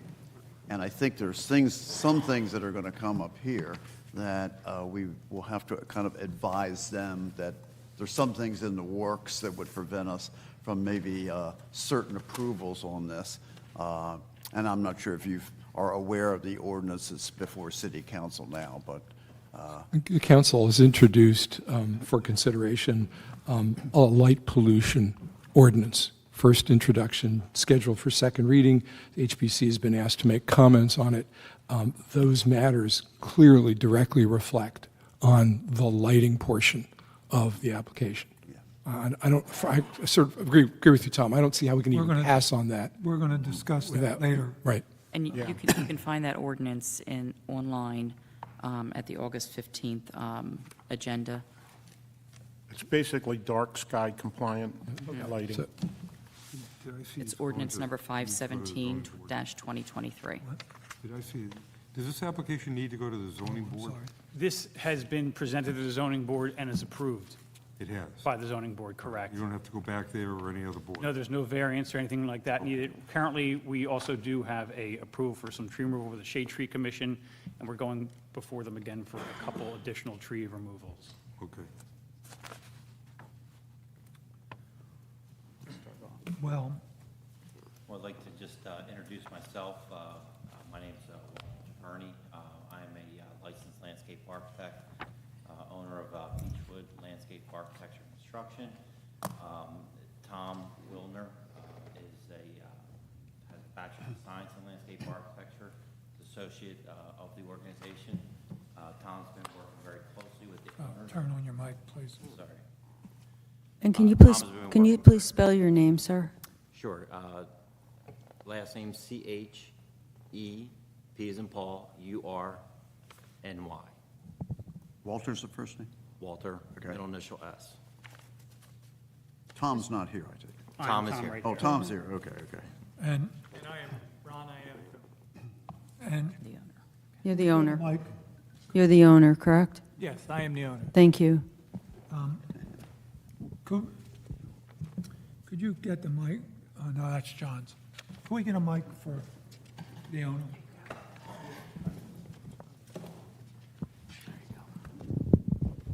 I got one. I took John's. Yeah, now we have a member that won't. Could you repeat your name for the mic? My name is Ronald Iannicone. Thank you. But he's going to say something. So Tom Wilner, the associate of Beechwood Landscape Architecture, has been working very closely with the owners in regards to developing a plan for improvement of the property. And with that, I'm going to allow Tom, he has a little bit more intimate knowledge of it, to kind of go through some of the presentation that we prepared for the board tonight. Thank you, all board members. I appreciate your time, and I appreciate your time previously when I came down to meet with some of the members for a little additional insight through the process. So as you can see, we put together in our application process, we have some information about current approvals and pending approvals. Our client is contracted with a pool builder to install a swimming pool in the rear yard. The permit number is on that. It was previously approved, and now we were brought involved to enhance the landscape and property around that swimming pool. The zoning permit has been approved, and as I mentioned, the Shade Tree Commission, we have removals for a couple trees within the rear yard next to the swimming pool, and a couple additional in the front yard, some of concern, and then some are also for additional stormwater management that's been required by the township. As you can see, we have the property engineered survey is our first page. And then we have, as we go through our existing conditions, we have some satellite imagery to show the house in relationship to other properties around it. As you can see, some of the tree covering and the neighboring properties within that imagery. And then we move along to the streetscape of the front yard along Washington Street. And then along the north side of the property, as you can see, there's hedging that encloses the front and the sides of the property, privet hedge, and a series of established large trees. Behind the home is the driveway and the carriage house. On the south side of the yard, which we're calling the rear yard, is where the swimming pool will be installed. And as you can see, there's currently a brick walkway there, a set of table and chairs. Table and chairs is roughly where the swimming pool will be. The brick walkway will be coming out, proposing removing. And the trees along that sideline of the property have been approved by the Shade Tree Commission to be removed, as the installation of the swimming pool will be cutting through the root system of a lot of these trees, and the pool equipment pipelines will be running along that area. The other imagery shows the views of along Washington Street of the neighbor to the south of the homeowner and the northern neighbor, for some context. And then along the alley view, along the backside, I have labeled the Klein's driveway of the red shale stone, so you can kind of get a reference of the views of facing Washington and then facing Lafayette Street. One concern that we had of a large silver maple in the front yard that has fallen to poor health and is a candidate for removal. There's also a cedar tree within that root system that would probably be compromised when trying to take that removed. I believe that the tree removal is up to the Shade Tree Commission solely, but I just wanted to provide you with context of what's going on in the property, what the current conditions are, and to give you a better understanding of what we are proposing. We have the historical survey report showing about the second Empire-style home built in around 1877, 1878, and all that information within there in the historical survey report. And now it brings us to our proposed concept of the property. So as you can see on the plan in front of you, and then we also have the full size up here, if that helps at all for viewing. We are proposing enhancing the property with a new bluestone patio around the swimming pool, a area of a gravel terrace for dining beneath a series of trees to kind of create a living pergola, if you will. On this plan, if you look in the lawn within the front left-hand corner and then off to the right of the house along Slangeser Way, that is where we'll be putting the infiltration pit system. We're capturing stormwater off of 2 downspouts off the south side of the house and 2 off the north side of the house based upon the township engineer's recommendations and approval. So this is some of the information and some details on the side of that infiltration stormwater management system. To speak to kind of some of the design aspects and the elements, we have a series of material selections in here that just show the materials that we're proposing are more of a timeless traditional material of bluestone, of gravel. All of these paving will be a dry laid application, so water can pass through. It's not say an asphalt or a solid concrete or a concrete base underneath. So it all is on a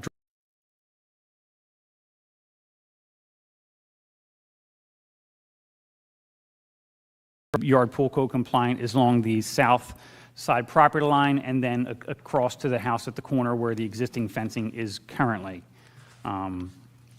If we turn to some of the material selections, you can see we have proposed using reclaimed granite curbing as aprons for the driveway to help retain some of the gravel rather than pouring out onto the roadway. Some natural gravel for the driveway. And then next you can see the natural full color bluestone.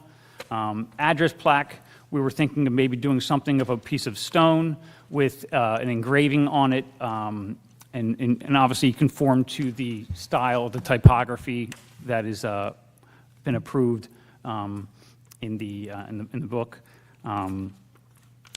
As we get into the fencing, seeing that there is a swimming pool and for privacy and screening of the swimming pool from the roadway, we're proposing doing a solid cedar fencing and doing it as a tongue and groove cedar fence with a top rail. So this way the tongue and grooves has the same appearance on both sides, and doing a combination of 6 foot along the left side and property line, but then 4 foot along the front. I know there was discussion tonight about painting fences and things like that. We were proposing allowing it to naturally gray out because we were installing hedging in front of it because there is a privet hedge that encloses the property, so we're continuing the privet hedge throughout the property. and by allowing it to naturally gray out, it will blend a little bit more with that privet hedge rather having a starker contrast with a white background. Also proposing a series of some custom garden gates to transition through the landscape. Obviously, the ones that are enclosing the pool area would meet pool compliance, but the other ones are more of a garden element and kind of something to pass from one space to another as you traverse around the yard. The bosque of trees with the table underneath to give you an idea of kind of what we're thinking. Obviously, these trees will need to survive, so they'll be in the gravel, and they'll still be able to, you're not paving around it, to kind of create a unique atmosphere with the trees and the gravel. Some of these other photos is just the landscaping, so using traditional type style plants of boxwoods, of hydrangeas, of classic ground covers, of such as liriope or pachysandra, some ornamental grasses, perennials, and things that just have more of a timeless characteristic rather than something that is just more of a trendy plant at the moment. Plants and landscaping all have trends, but we want to do something that speaks more with the time and the period of the home and the community, so utilizing plants that fit to that description. And then we get on to our lighting plan of proposed. It's all low voltage lighting, which is under 15 volts, around 12 volts for all the fixtures. All the Kelvin temperature for all the light fixtures would be 2700 Kelvin temperature, which is the closest to the incandescent light. It's more of a warm color, not the cool of 3000 or worse than that, the 5000. And for a lot of these fixtures, we're proposing using is a combination of cast bronze and copper.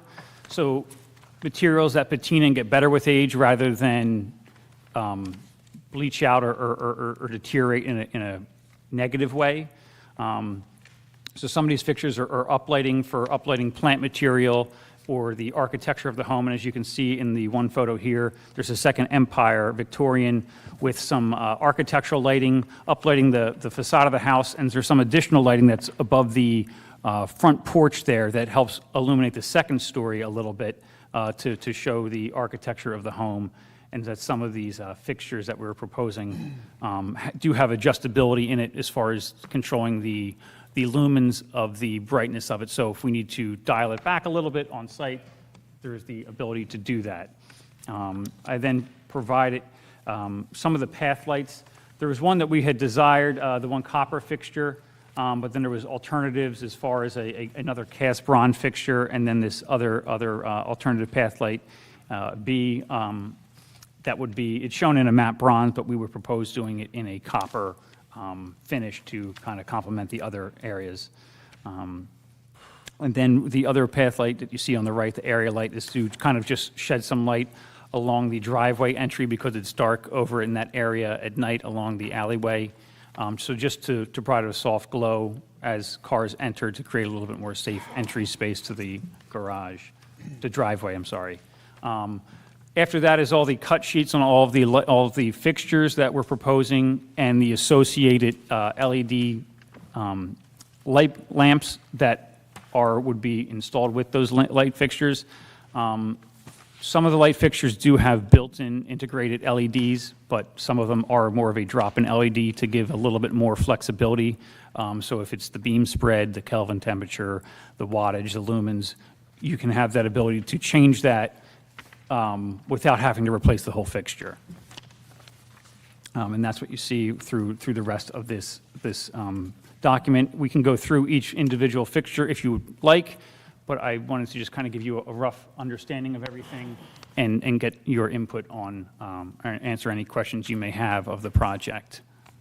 Probably on the lighting design, and just kind of going back to that combination of, I guess, first and foremost would be addressing some of the safety issues, steps, path lights, stuff to that nature, and then perhaps some of the high-use areas, which we're calling some of the dining areas, where we're framing these dining areas and pathways with trees to kind of uplight them to provide a little bit of ambient soft light in those areas too as well. and then a little bit of lighting along the back alleyway driveway to kind of cast a cross light coming across the driveway for a little bit, for some safety issue there too. A little bit of uplight onto the front porch columns to kind of accent the architecture of the house.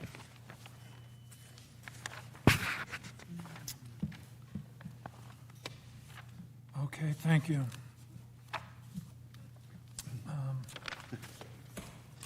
Where to start? Yeah. We have two elements here, two separate and distinct elements. One is the landscape, and then the other is the lighting. And remind me, have you been to zoning? Has it- Zoning has approved this, so everything has been reviewed as far as our setbacks, our lot coverage. All of that has been approved. So you have written submitted but not approved, and I take it there's been a development, right? So your sheet says submitted, and you're saying now it's approved. Exactly. So when I submitted this drawing set, it was not approved at that moment. I was sending revised documents based upon what Bruce had asked. So I had revised that and had since then approved the zoning permit for this. And so you don't have to go back to zoning. We do not have to go back to zoning.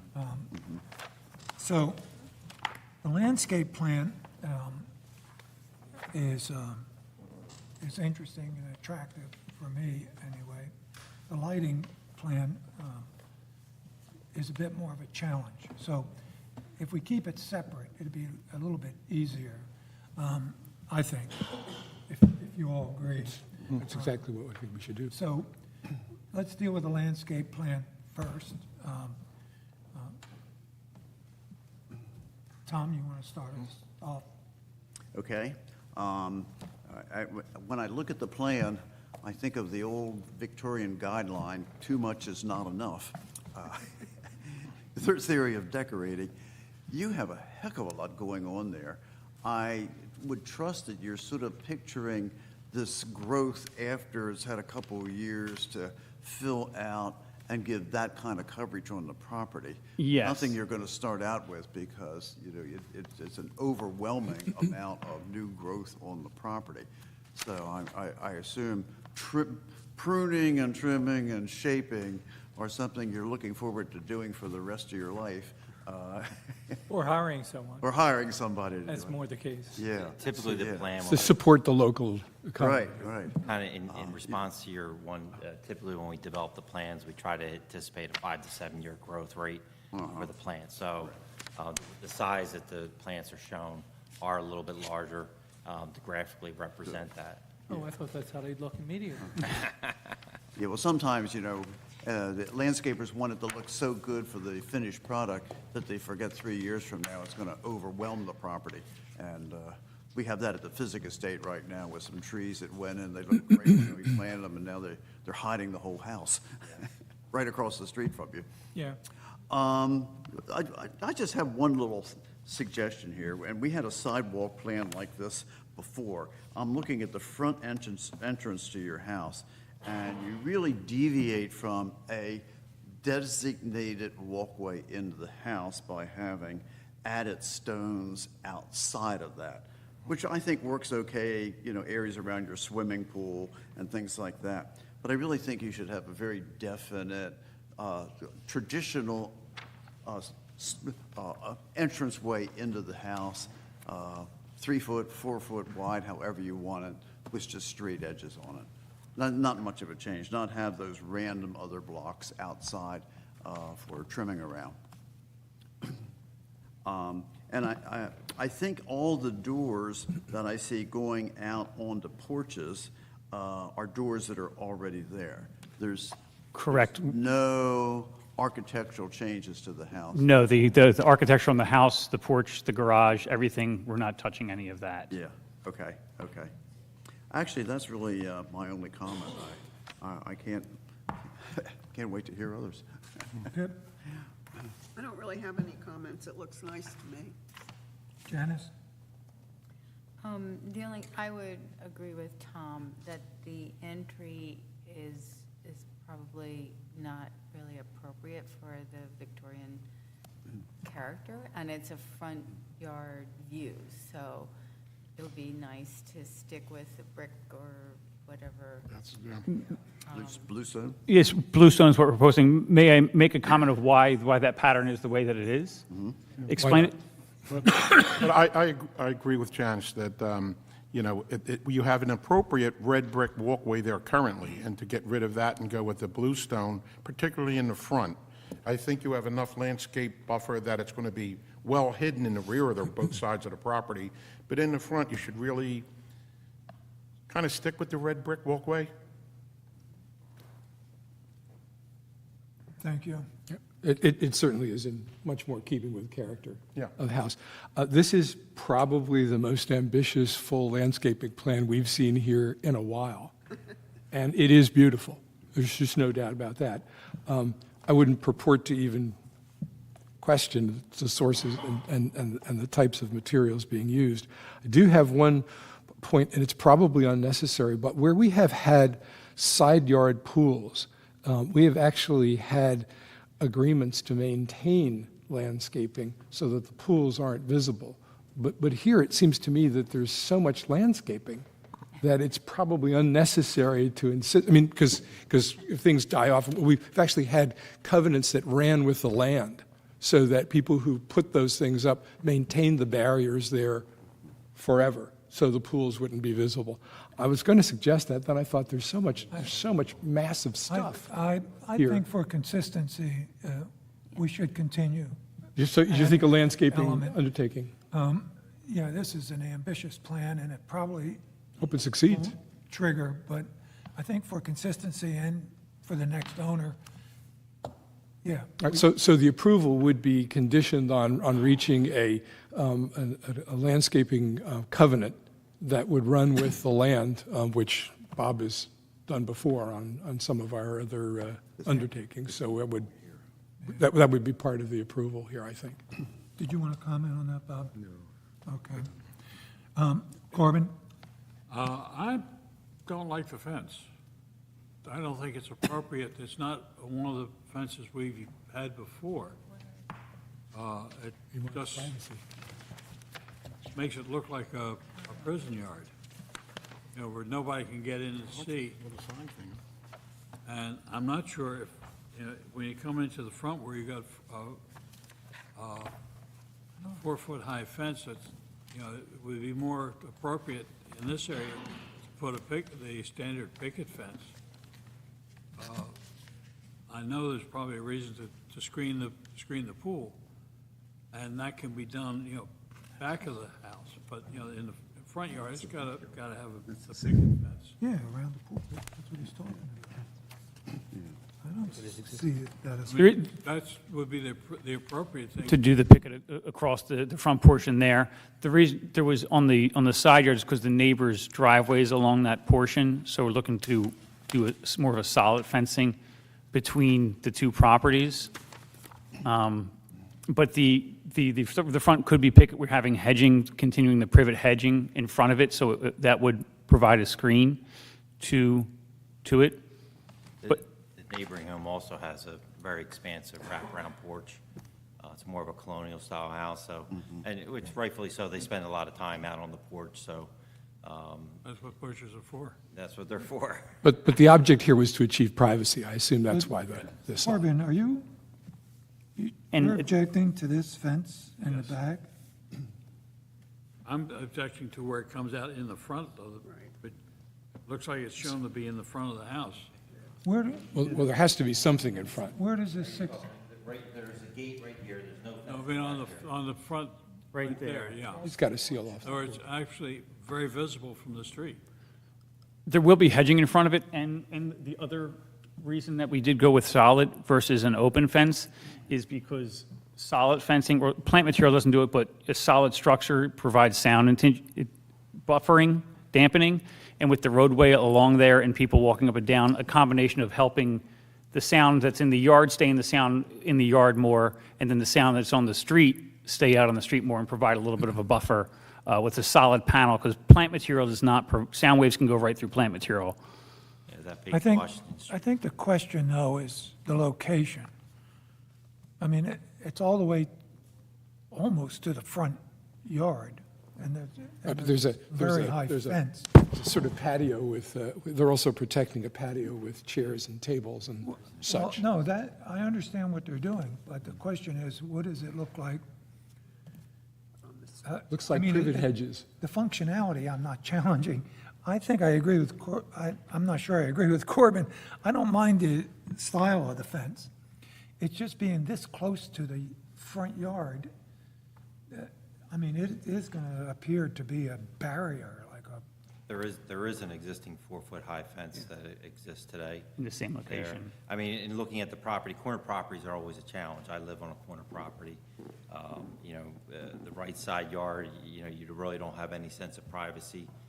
So it then inherently falls to the left side yard. So we're trying to, between addressing the neighboring driveway that's adjacent to the property line and the Washington Street traffic and noise that it's generated. So essentially keeping the fence in the same location. But it's going to be 6 feet tall. No, that would be 4 feet tall. 4 feet. You can't have a Okay, six. so the Right, 4 right feet, before. the 4 feet will run to the back of your house line before you go to 6 feet, correct? You have to No, no. Here's 4 right there. From here, There, uh-huh. okay, and then the 6-foot transition is on the side yard. But yeah, what I'm saying in the zoning ordinance, 6-foot fences are allowed in your backyard only. That is still your Inside. side yard there. Inside. Hmm? I think you can have a 6 on the side. yeah, I think so. 4 in front, 6 on side and back. A 6-foot fence would not be allowed along that It's the side. street side. The street side. But zoning has approved this, so Okay. if- Well, they've got zoning approval. that's what I just said. Uh-huh. Okay. So, You guys. so the question is HPC approval on the I don't have a problem. 4 feet. And that 4-foot fence, which is replacing another 4-foot fence, will have a privet hedge in front of it. Correct. Will it be solid also, or?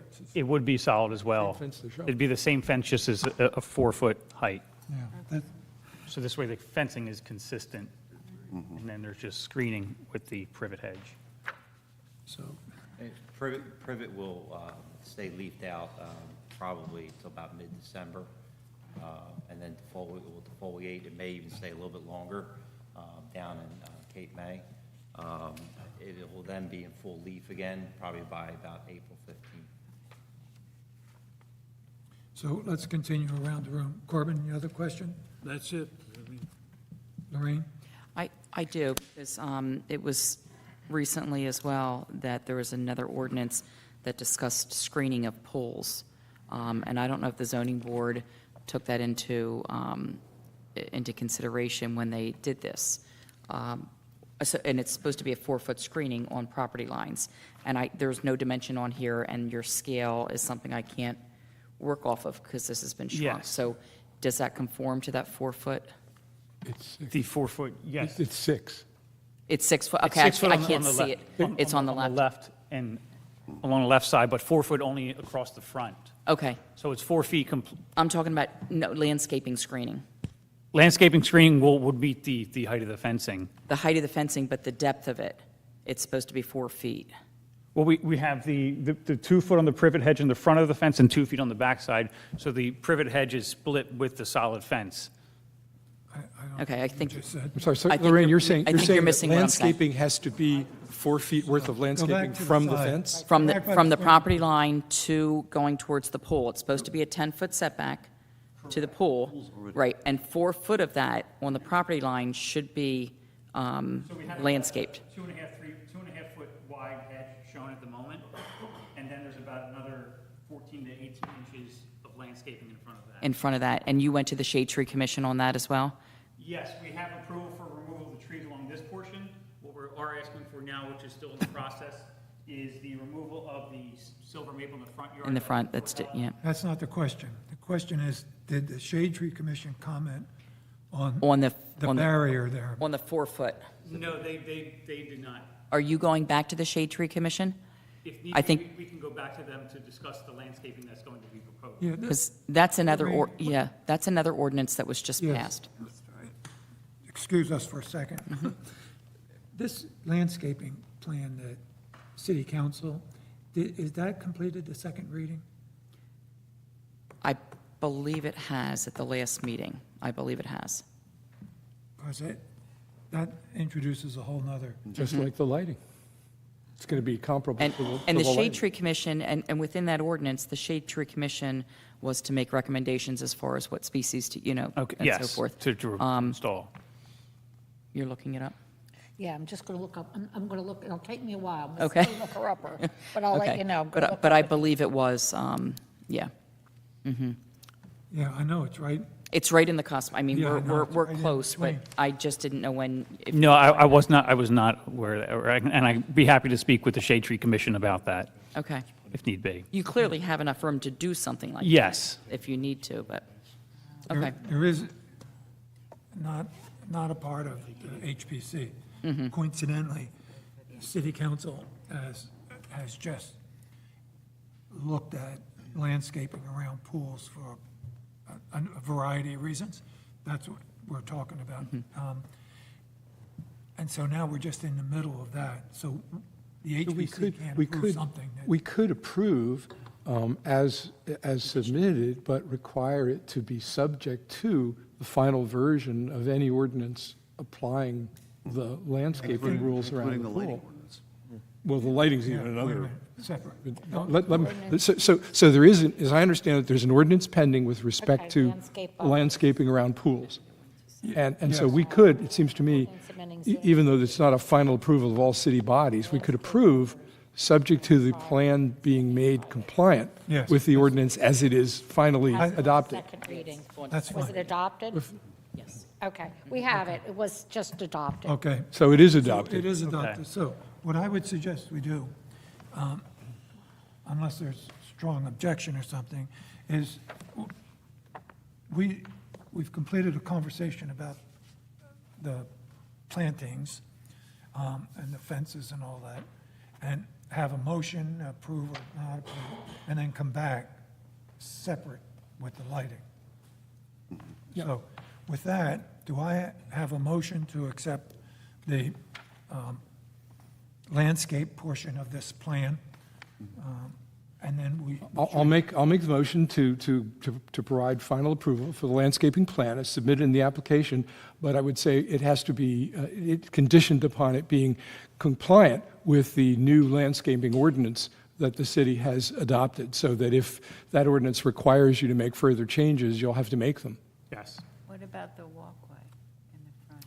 I will second that and add the walkway from the street into the main house be either brick or bluestone and have a direct line with none of the outlying artsy-looking decorations that don't really fit with. So we have a kind of amendment. So it's the motion I stated with the amendment that there be a straight line of the material on the front walkway. Right. Right? And no change in the fencing. Right. Right. Yeah, no change. So I have a motion. I made it. Second. Yeah, it's been made and seconded. Was there a condition about the fence as well, Jim? No. Okay. Motion by Mr. Testa, seconded by Mr. Carroll. Mr. Copeland? Yes. Mr. Carroll? Yes. Mr. Coxwell? Yes. Ms. Campbell? Yes. Ms. Bisagno? Yes. Ms. Wilson Stridick? Yes. Mr. Testa? Yes. Thank you. Thank you. Okay, lighting. Okay. We'll go around the room on lighting, but I think I maybe misunderstood or something, but when you talk about the warm lighting, many of these fixtures that I'm looking at on your cut sheets seem to show that they can be turned up beyond that. Is that? There may be one that has the ability to be adjusted in the Kelvin temperature, the way the manufacturer has designed it. But the LED, the lamps, they come only in a certain Kelvin temperature, and they come at a certain wattage. There's only one or two that have the adjustability in the lumens but they could be a fixed lumen. Take a look at that. Warren, do you mean the direction of the fixture, or can it adapt to various lights? No, the brightness. Brightness, yeah. That depends on the voltage, right? To supply different voltages. Well, I'm sorry. I'm looking at one that it just looks like it's adjustable. And so the intent of everybody can be to have a nice warm light, but in fact, if somebody can just turn it up, then I don't think that would be appropriate for. Are any of these fixtures adjustable as to color temperature? Not, let me just confirm the one.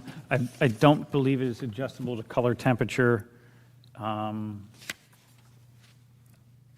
No, it's not adjustable to color temperature. You have to order it in a certain color temperature, but the one fixture is adjustable in lumens, how bright it can be. You can adjust the brightness on the fixture itself.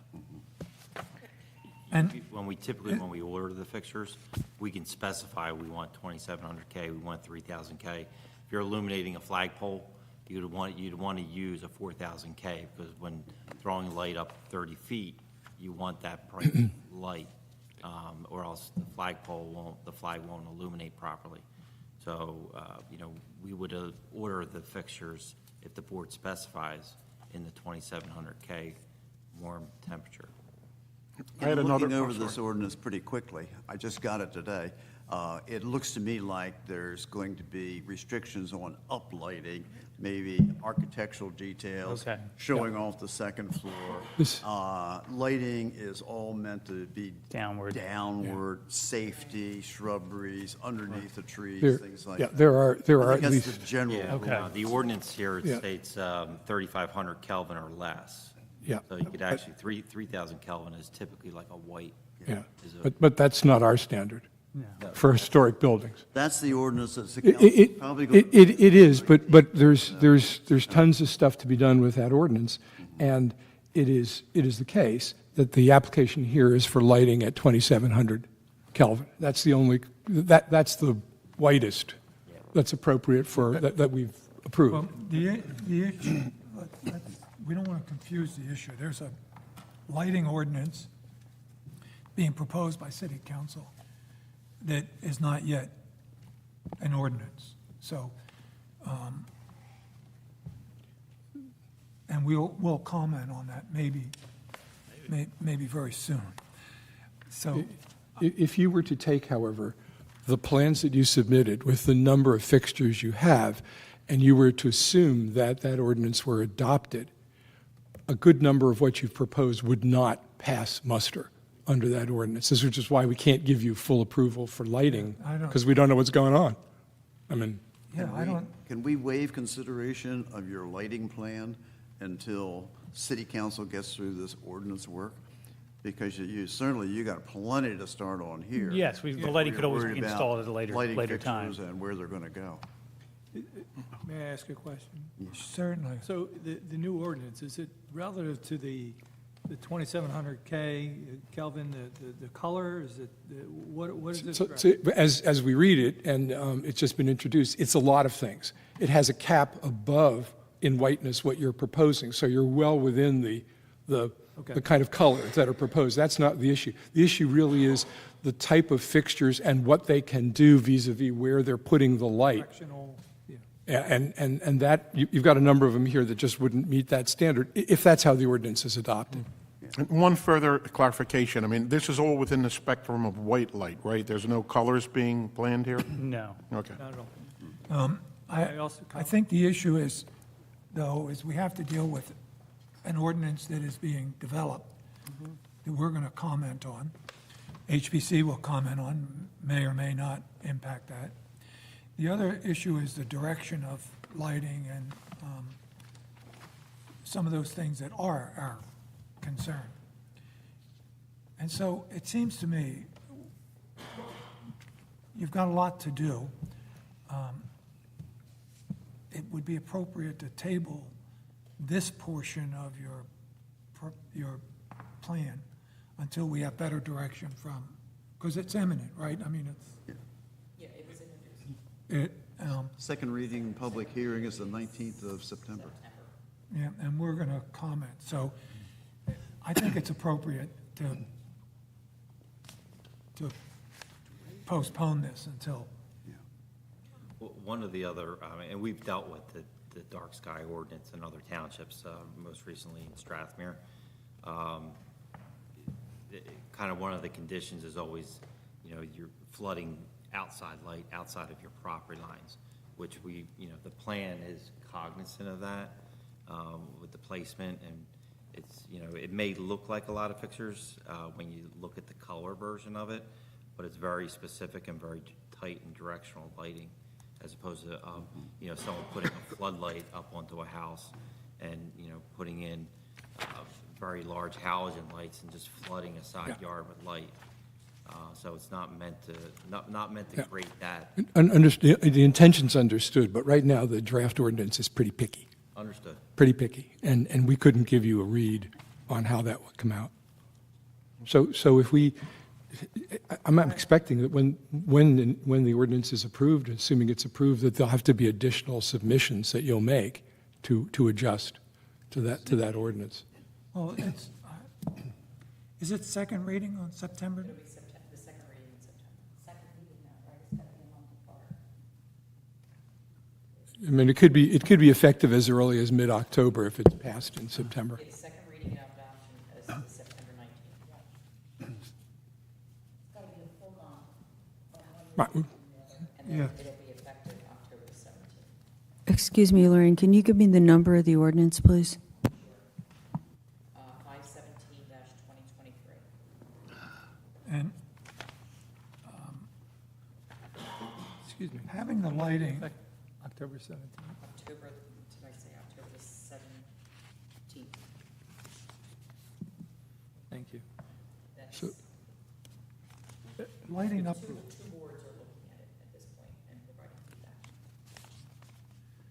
lighting up the front of the house, regardless of what the ordinance, so, not regardless, but additional. Lighting up the front of the house is, in my estimation, not appropriate. Making it look like, excuse the expression, but a Halloween. Depends on the color of the lights. Public building. I think maybe one way to look at this is the city's going to have a standard that's going to apply to everything in the city. Okay. But there, and you've got to follow that. But there may be things that we look at as to what kind of lighting, but we do look at what kind of lighting is appropriate to historic buildings. And that may be more restrictive than what the city allows. If the city allows 3,500 Kelvin and we're talking about 2,700, you can see a difference there. So there also could be, as Warren just mentioned, the idea that the city may allow, and I don't know how it's going to come out, but it may allow things that illuminate the facade by uplighting. I don't see how that works, but we don't. So that's a thing to bear in So mind. when you, There was a recent problem with the North Street property that had all the lighting in the soffit of the second level. This is a different issue, but I'm not sure how that was resolved. But one of the issues is we think of a streetscape as a whole, and the houses complement each other.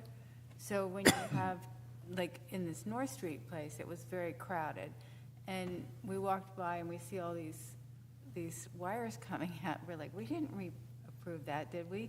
Because it would be so disturbing to the neighbors, but also take it out of context.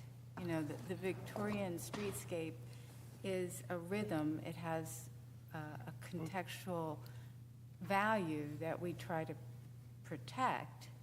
And this is beautiful, but if there's too much light, and especially the uplight, then it kind of interrupts the streetscape.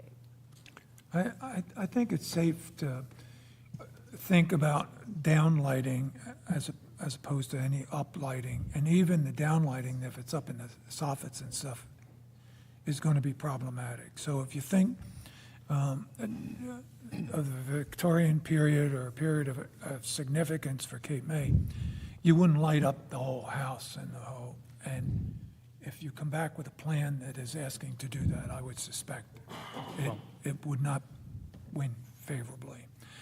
If you're looking at really low lighting to address the landscaping plan, I would think that we might look on that very positively. But this whole lighting the facade, lighting steps with LED lighting is just not what you would expect to see in Cape May during a period of significance.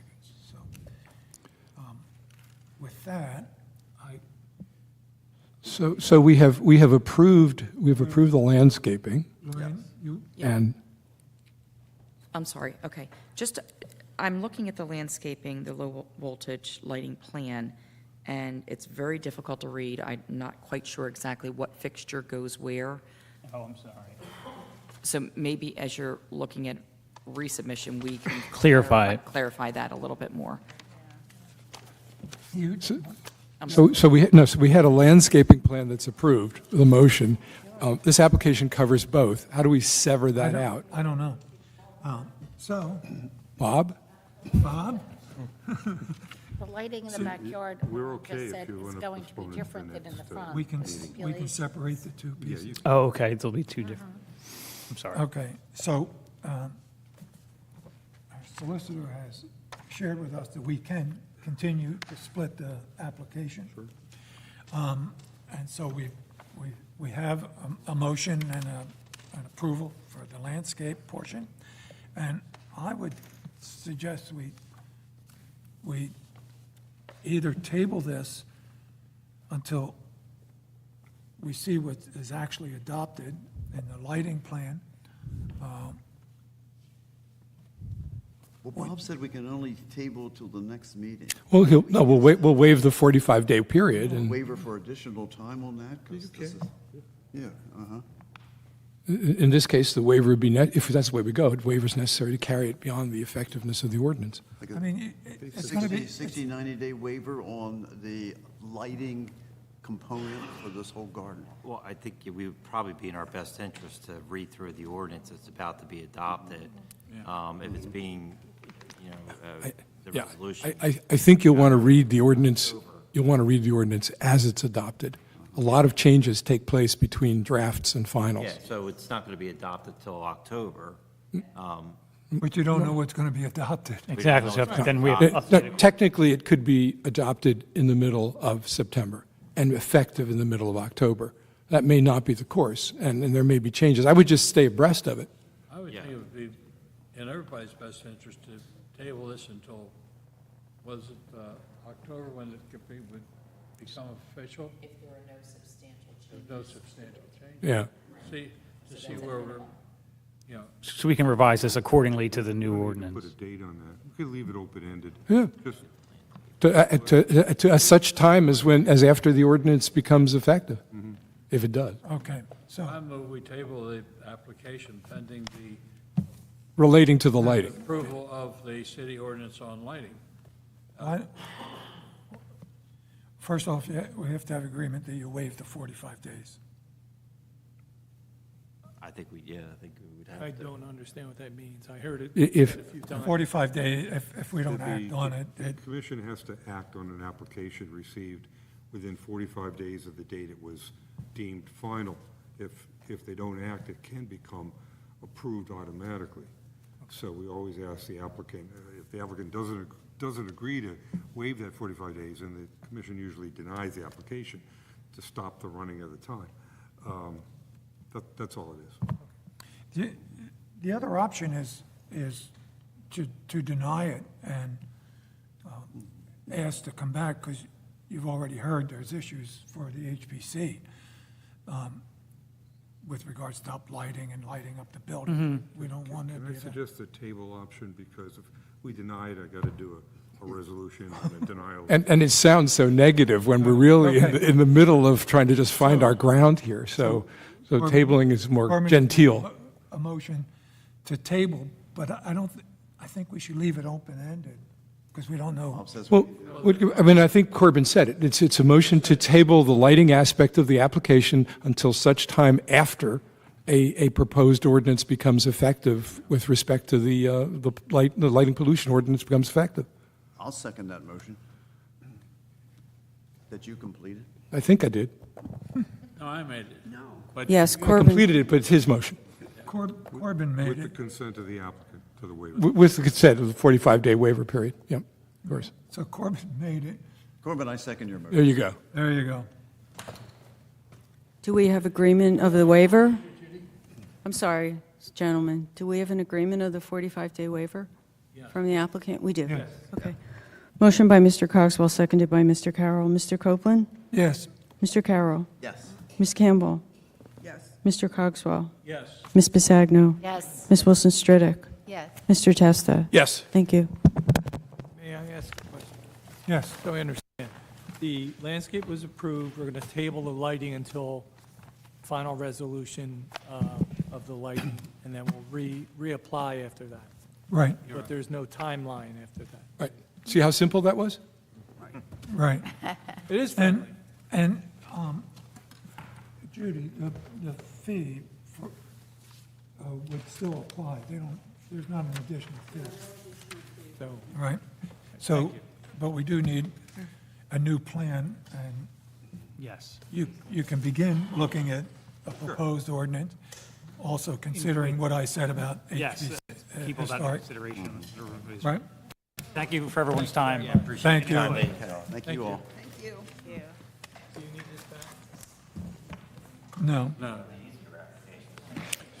Yeah, You never know. I think it's a full moon tonight. Next order of business is Castleton Console, 213 Perry Street, 1038/7, contributing house. This is a rear addition, window, siding, roofing, exterior shower, and a condenser. Mr. Chairman, I'll be recusing myself on this within 200 feet. Okay, thank you.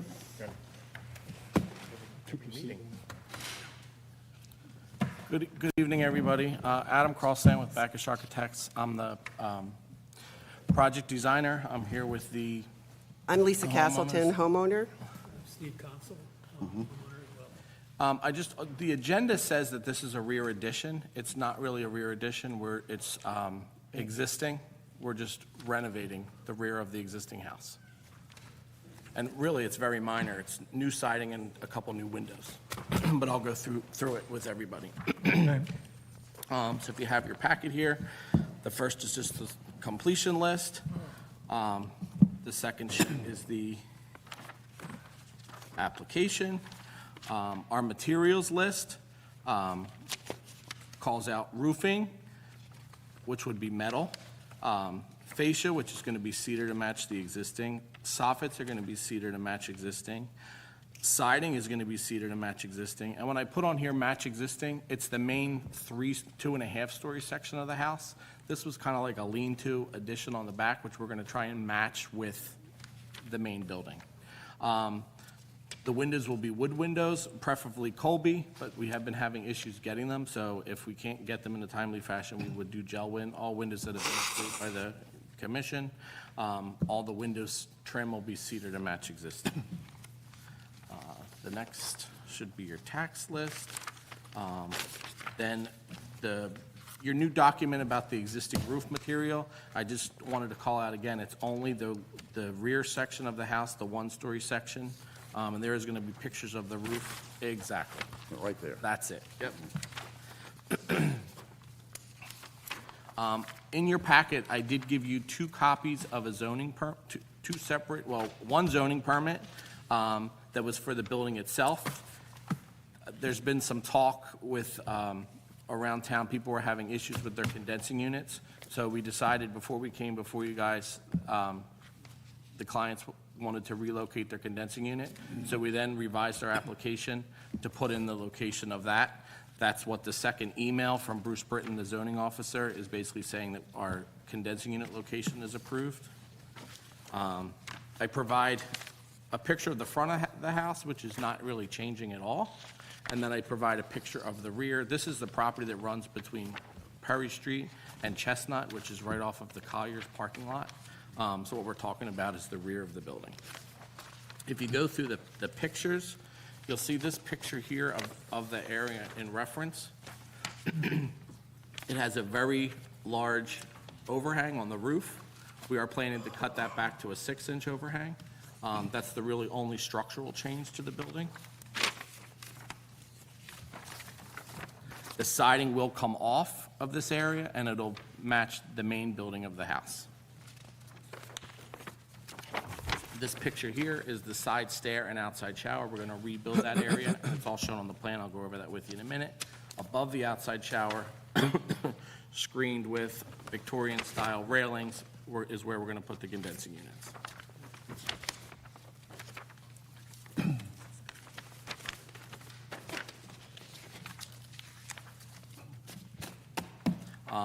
I know as far as roofing, you guys really don't comment on color, but this just came up sitting here. I gave you guys copies of the metal roof details for metal roofs you approved in the past.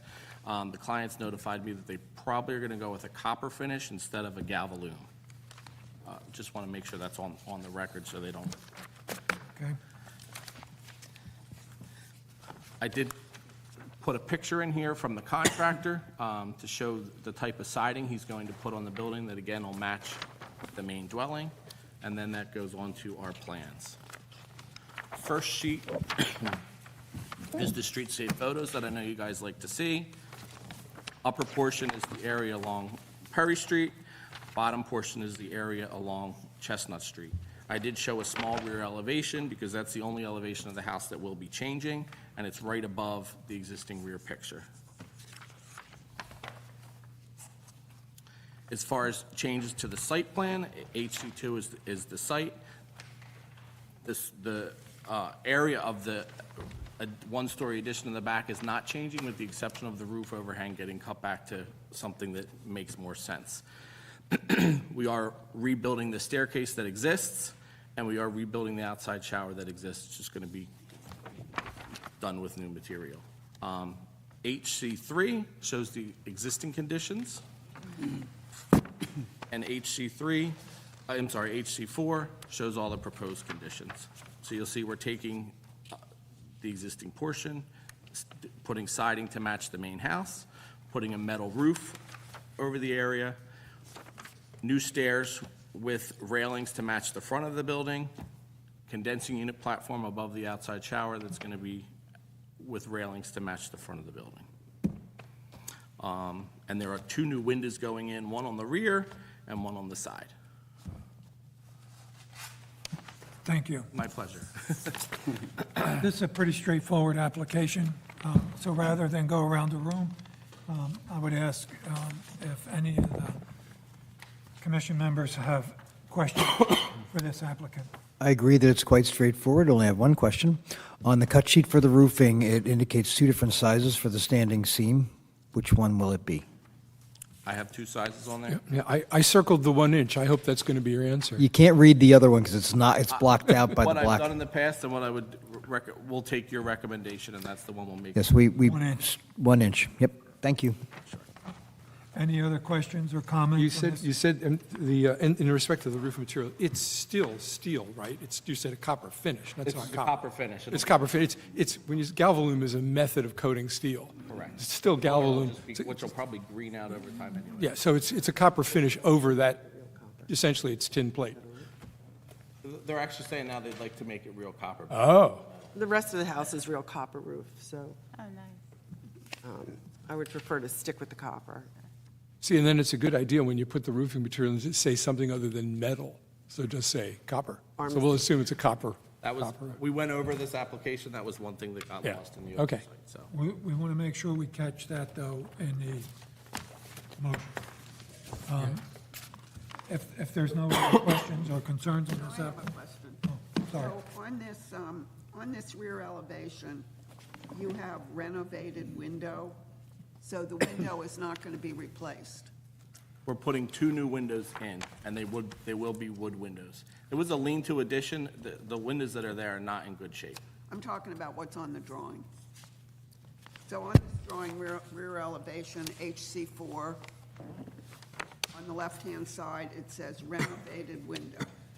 But that's going to be a new window. It's going to be a new window. So it really means to be replaced window, Correct. replaced window. The window exists, but we're going to replace it with a new window. Okay, so you're replacing that window in the same spot, right? Same location, and then we're putting a larger window in the right side elevation. Okay. They're the only window changes. Okay, so how about the renovated door?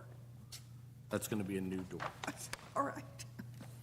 So now that was, is that on the material sheet? Okay. And what's that new door going to look like? It'll match what is on our drawing. Wood.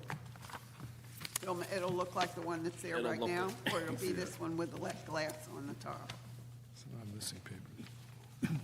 The lead glass on the top, that's the window. No, I'm talking about HC3 in the middle.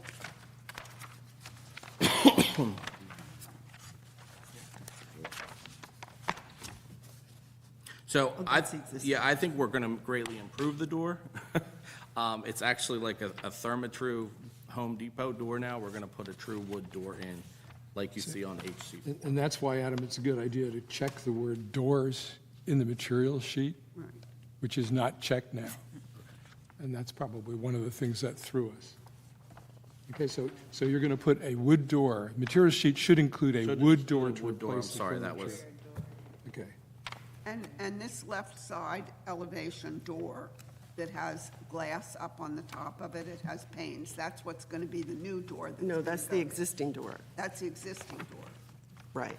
And the new door, The Will new not have- door will is not the have next panes. page, in the center. yes. So HC3, just to be it'll clear, this wood door, okay. that's existing All right. conditions. HC4 is the proposed Okay, conditions. all right. Thank you, I just didn't quite follow that. Oh, no problem.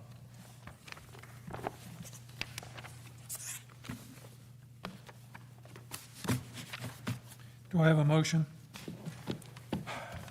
I'll move the application be approved as presented. With With, two conditions, Tom. First should be copper copper on roof, standing seam, 1-inch copper on the roof. So Yes. that's condition That number one. one. And number two, the replacement door be a wood door. Solid wood door. Right. Okay, thank Do I have you. a second? Second. Second. Oops, beat you to it, Corbin. Okay. Motion by Mr. Carroll, seconded by Mr. Testa. Mr. Copeland? Yes. Mr. Carroll? Yes. Ms. Campbell? yes, Mr. Cogswell? Yes. Ms. Bisagno? Has left. Ms. Wilson-Stridick? Mr. Testa? Yes, Mr. Stevenson? he's recused. Mr. Becker? Yes. Thank you. Thank you. Thank you very much. Thank you for your patience. It's a long wait tonight. Long night.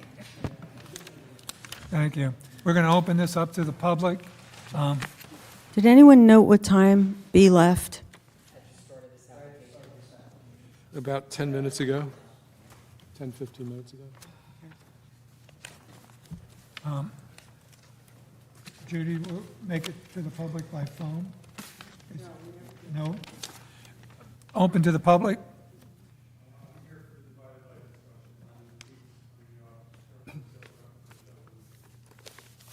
Okay. First, well, since he's been waiting all night. So let's go right to the divided light discussion.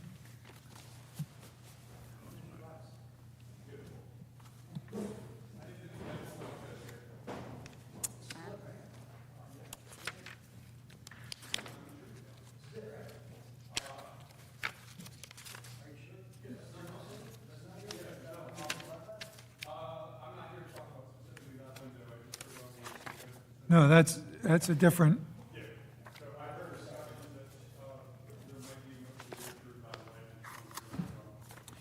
Well, no, the question, and it does, you can come down further here, and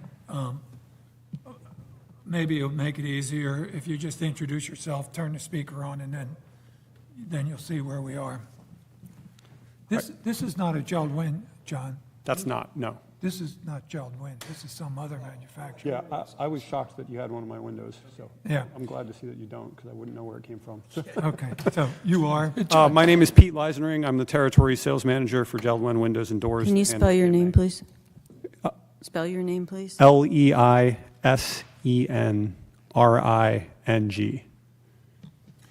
And you said Keith? Pete. Pete. So the question came up, not just Jeld-Wen, the question came up about true divided light. We have a new standards book, so that's where the question came up. It was also mentioned to this commission that Jeld-Wen no longer was going to offer a true divided light. But it's a relatively moot point because we are looking for a divided light that would represent a historic property. We asked John to do some research on that and to briefly discuss that. So that's what the issue is. Beautiful. This happens to be one of your competitors' window. They came in and left it here. This is, you know, a double pane glass with a fixed piece on the front and the back. They claim that it's cheaper than yours, but We're not buying. Cheaper doesn't always mean better. So, anyway, yeah, there's some confusion. We would recommend on a historic home contributing or keyed, especially on a key, to in fact use true divided light. In fact, we frequently with contributing and key a window configuration like this, which I believe your company offers. Yes. Not I believe, I know your company Absolutely. offers. And Marvin offers the same thing, and Marvin also currently offers a true divided light. Anyway, John, did you want to? Oh, turn your mic on. Do you guys offer a true divided light for insulating glass? We do not offer any true divided light window at all anymore. That's what I thought. Okay, but you still do the simulated divided light, right? Absolutely. With the spacer bar between the insulated glass panes, yes? Yes, so the issue that we found with our true divided light is no matter what we did, anytime you did an insulated true divided light window, it was very susceptible to stress cracks and very often leaked, and there was nothing we could do about it. Yeah. I know many of our competitors have made the decision to continue to offer the true divided light, and what they did was they backed the warranty out.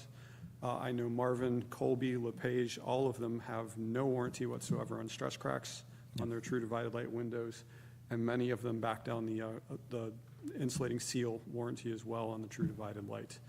Instead of doing that, we made the decision that we just didn't want to put a product out there that we couldn't stand behind, so we discontinued the true divided light altogether. Thank you. What caused the stress cracks? I can't speak to that. I'm a sales guy. If necessary, I've already discussed this with my architectural consultant for this area, and he's willing to come in front of you and have some discussions about it. I can tell you that old houses move a lot. Yeah, they do. No, they move, and your windows are moving. Right. And you only need a tiny little bit of gap for the gas to, Yeah. and the window fog. Oh, and then it fogs, right. And when you get into 9 lights on a single window instead of one large pane, there's just so many instances where you can potentially have a leak that's why we were just running into so many issues with leaks. 9 times as many. Yeah, I mean, it was easier to just move away from it altogether and go with the product that we could stand behind. And this is common in the industry, not just for residential construction, but also in commercial construction. I have a good friend who operates a replacement window manufacturing facility for commercial and large volume, and he says the seals with stress movement are the biggest challenge. And as you point out, it's uneconomic to warrant them. So we're in the discussion portion of divided light. We asked John to do a bit of research and share with us what his findings are, So which are consistent with what we've been talking about. I think they're pretty straightforward in the email that I sent to everybody. We did discover that Jeld-Wen is no longer offering a true divided light. There are only a couple that do, and that's all outlined in my email. But what we did, part of the research revealed that there's more than this, but from what we would normally see and that's readily available in this area, there are 4 different manufacturers who provide either simulated or true divided lights in accordance with what our new guidelines depict on page 27. That's the end of it. While we have you here, when you have a window construction like this, and that seal breaks, how are those divided pieces taken out? So typically, when we're seeing seal failure on windows, we're not going to mess with fixing the divided pieces. We typically just provide a whole new sash Replace altogether. the sash. Because you sort of have to have a tilt-in sash to do that, don't you? Yes. So our hung windows in this market are all tilt windows, for sure. We have our 2500 series, which is a compression jam, exposed jam liner, which I'm not a fan of, and I'm sure you guys aren't either. So that's actually being discontinued at the end of this year. So we're moving more into the luxury market. So our Sightline, as well as our custom series, both don't work on the compression system. They have a more traditional jam liner with wood covers over the top. On the custom series is actually available with an exterior jam cover, so you see no vinyl tracking on the window whatsoever. It's entirely wood from exterior appearance. Your windows can be ordered to the inch? To the 1/16 of an inch. Good.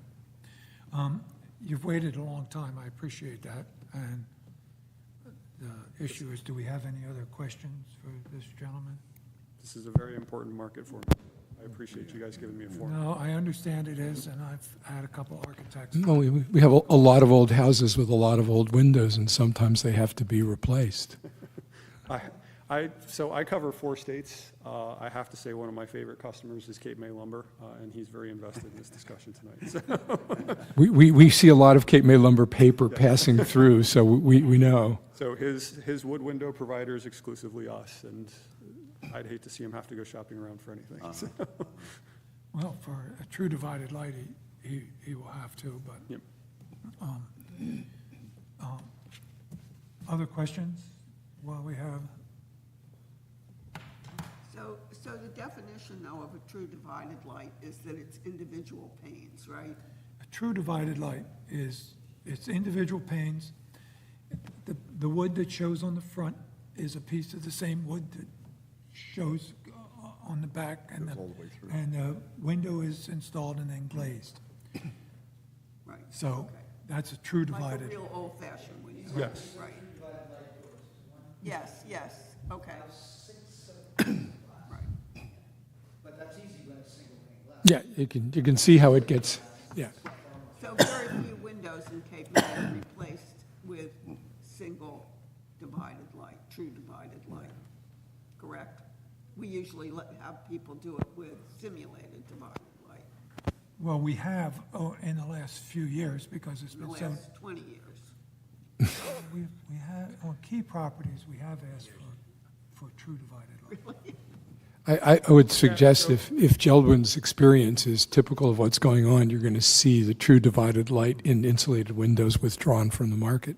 Yep. Because they're just turning out to be, there are too many things that are too uneconomic, and then you've got to replace the whole sash. Yeah, and you're always going to have your specialty companies that specialize in doing, like LePage out of Canada. I know they'll still make the old block and tackle windows with like the colonial wavy glass, single pane for specific jobs. And there's always going to be that availability out there. But again, you're talking about a price point that's probably double what my windows would be. So, Sorry. I think one of your questions is when we've talked to applicants about true divided light and not, there's been some confusion around the people here, maybe even the applicant, but but we have approved true divided lights on some properties.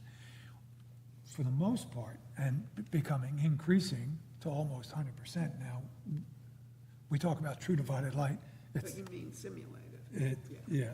So, That's- I just wanted to clarify that I understood it correctly. Yeah, and I just wanted to clarify one thing too as well. It's not just that you have an outside and inside grill, there's also a spacer bar in between the glass that makes it look like it's. Yeah, so we use a shadow bar in between the glass that gives it kind of the look of a true divided light. It's not perfect, but it certainly provides more architectural interest than leaving a big gap in the glass that you can see right through, so.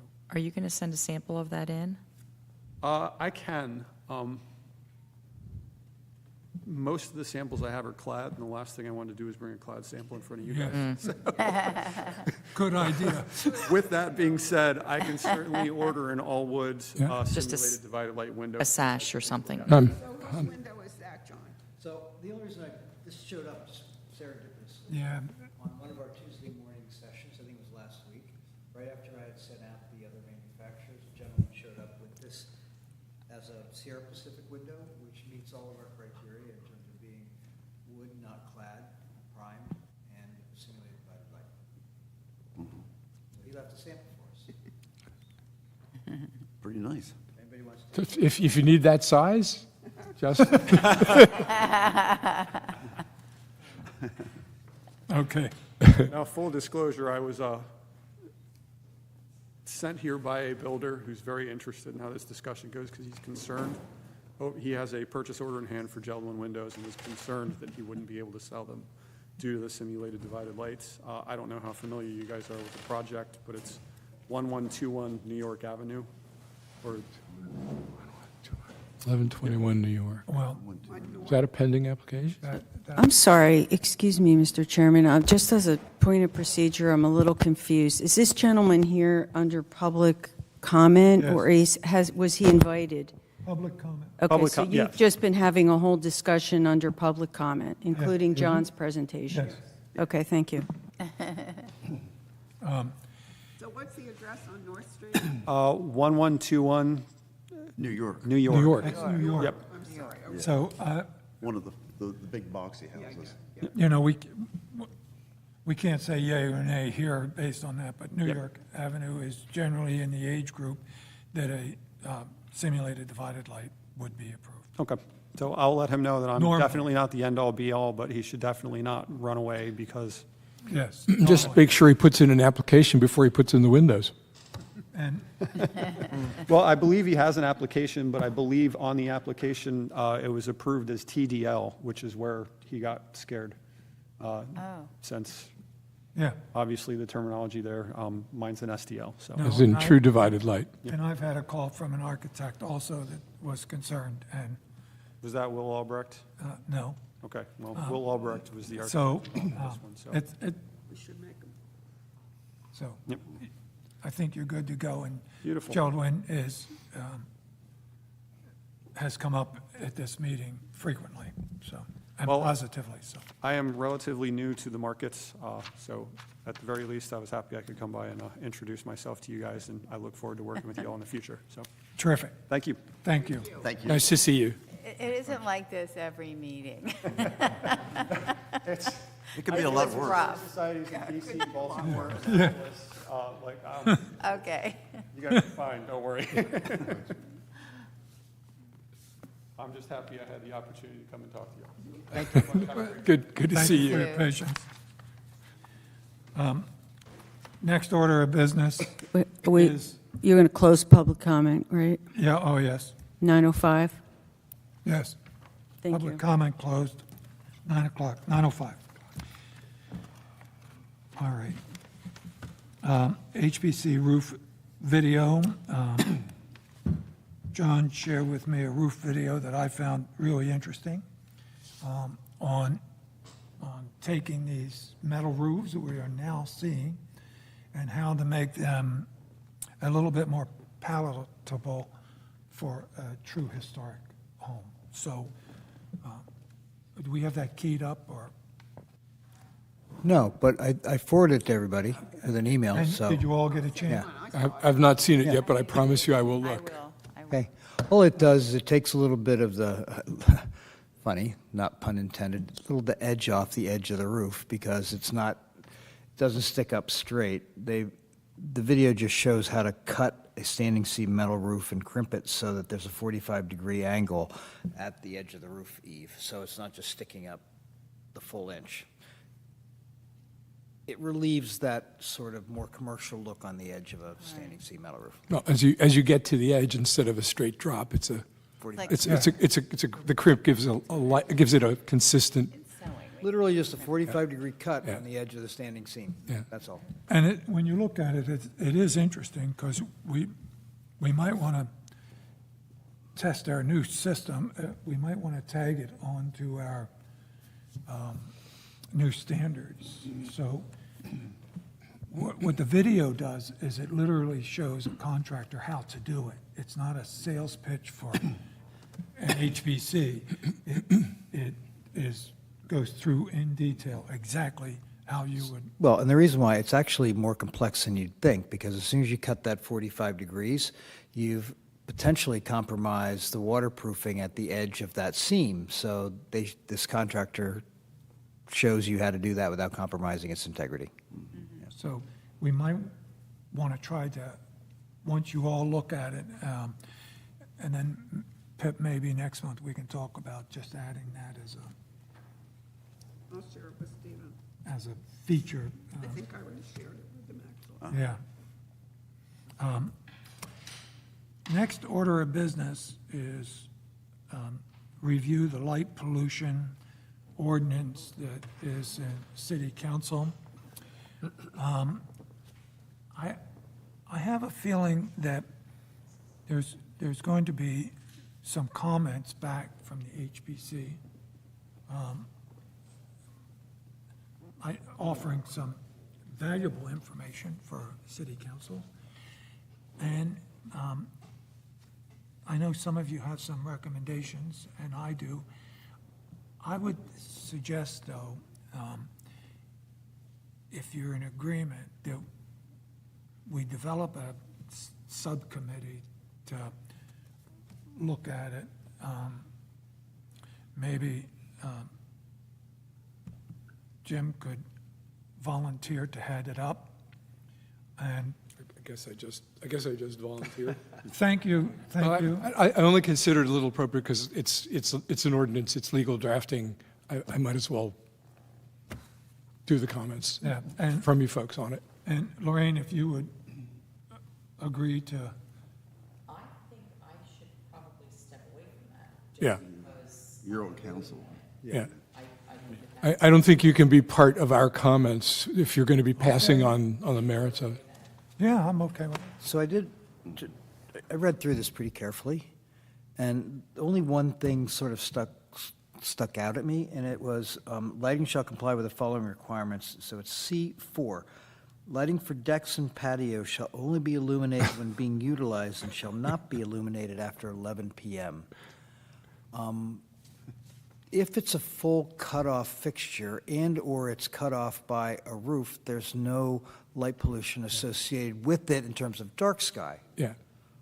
On the other hand, it depends on the location of that patio, the degree to which the photometrics of the light allow that light to pass across a property line. So I take it you're volunteering to join the. Well, See, when you do that, that means you want to give substantive input. Oh, I to shouldn't have said anything. You shouldn't have, because now we have number two. all right, I'll join you on that. And the way we can do this, for anybody who wants to do it, I mean, we could do the subcommittee in terms of actually coming up with the drafting and suggestions that you can revise and pass on, but anybody should just feed in comments that they may have after reading, and we would take that into account, right? I'd volunteer as well, Jim. Okay, so we have three. So there's three, and the idea is that, and it should be pretty quick, because this thing is happening. Well, the letter says they want a response by September 13th.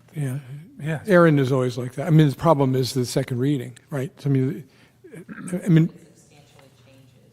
well, that delays it, but, because then you'd have to go through a whole. Well, new I mean, hearing. we can can easily act within we that can time. complain about that, because that means they just want us to sign off. But in fact, we should offer advice and counsel and let it go where it goes. Question I Yeah. have on that. So. I'm happy to chair it, to take because comments, and to do a because draft. we don't have time for another meeting. Has been. Corbin, just a second. Since we don't have time for another meeting, if the three of you get together, put something together in writing to all of us that we could comment back, it's got to be pretty quick, because we want to get us, Well, I would propose we do it in the next week or two and just get that done so that it lands on your desk and you would be writing the communication to council. So let's just give ourselves two weeks max, right? I'm pretty much available. Yeah. Oh, Captain, my captain, lead on. okay. So 2 weeks, Once more into the brief. 2 weeks, you'll have a proposal back to me, but you'll copy everybody here? And then they would take the form of comments on the draft ordinance. Yeah. Yep. So I have a question, I guess, for Bob. What would be the proper procedure for an HPC decision of this time to go to council? Like, who would send that, and how would it be sent? Would it be sent on city letterhead, signed by Warren? Are you talking about? Sent directly to council? Would he send it to me? How would I get a copy of an executed recommendation from HPC for the record? Well, I think, Judy, what we just proposed was that we're going to do a committee to come up with comments. Those comments will be translated into a communication, whether it be a memo or a letter from Warren to the city council. They're the Yeah. people who are passing on the legislation. To the city clerk. Well, she asks for comments, but the council really passes on she's your secretary on it. Yeah, so I would see the communications coming from the HPC to city council, copy the clerk, and I would put a cover letter on it to Okay, but the problem is, I often don't have copies of any of those memos or letters. We will copy you on our product. Okay, I just want to be sure, because this has come up in the last 6 months, that I don't have copies of memos that were transmitted to council. I promise you, you'll have one of these.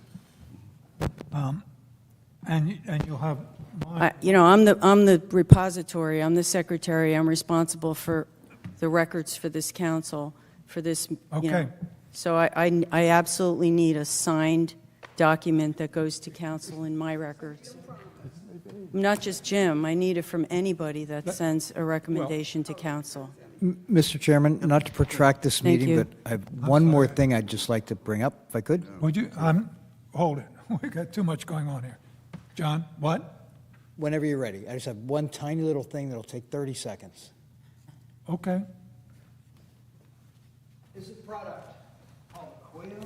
This is wood that's actually been made to have a 50-year life by simply impregnating it with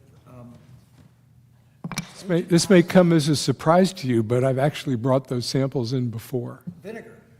Well, it's a vinegar base. It's Scandinavian, and it has a remarkable durability. Yeah, I've got a bunch of it made to order by John Hasse sitting in my basement. What I can't wait for is them to, well, the process is, it's FSC certified, it's grown in New Zealand, sent to England for that process, then brought to, so they're trying to figure out how to do that domestically, which will cut the price in half. That would be good because it's really pricey. ACCOYO. I did bring this in some time ago, but it's you treat it like ordinary wood, but it's as if it were infused with a preservative.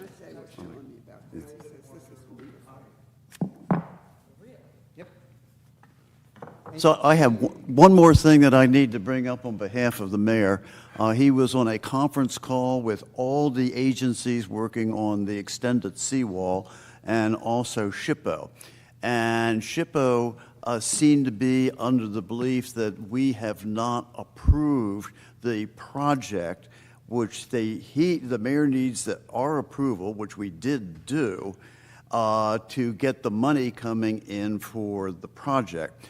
However, the mayor did say to SHPO they are still having discussions on how things like the benches could be improved. Well, if you- And the answer back from SHPO, that's fine, because those things can happen while we're in the process of building everything, if we can find ways to make the benches just as safe, a little bit more attractive. City- So city- Mayor just wanted to Well, make the sure. city asked us for we know an that, advisory opinion. that's We voted affirmatively on that, and when last I left this issue, we were exploring the idea Yeah. of whether or not and I thought, Warren, you had written Yes. a letter already, or submitted something to them. If you haven't, then first go at it. No, But- I wrote a letter, and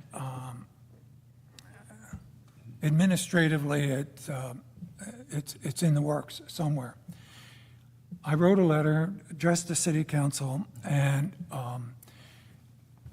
Bob Feinberg and I met on the phone with the engineer to make sure that what we were recommending was doable and not especially complicated. I had suggested that and the idea was to bring it here, the letter, for approval here, and then submit it to City Council. The letter says that the front of the bench is structural, so we're not suggesting any change to that. I mean, that's part of the seawall. The bench is concrete and is, as I said, structural. So to make it a little bit more sensitive to Cape May, we suggested that the front portion be dressed with either mahogany or ipe with a beaded board, and that we picture frame that board every 8 feet or 10 feet or something. And the reason you want to picture frame it is so you don't have moisture wicking the end cuts. On the back of the seating area, we would do the exact same thing. So we're going to picture frame like a 3x beaded board, and let's just say mahogany for now, but we're indifferent. And so when you look at it from the street or when you're walking there, you'll see this wood beaded piece on the front and the backrest. And the engineer thought that that was pretty simple to do. You know, you just, they'll bed a nailer and we can do that.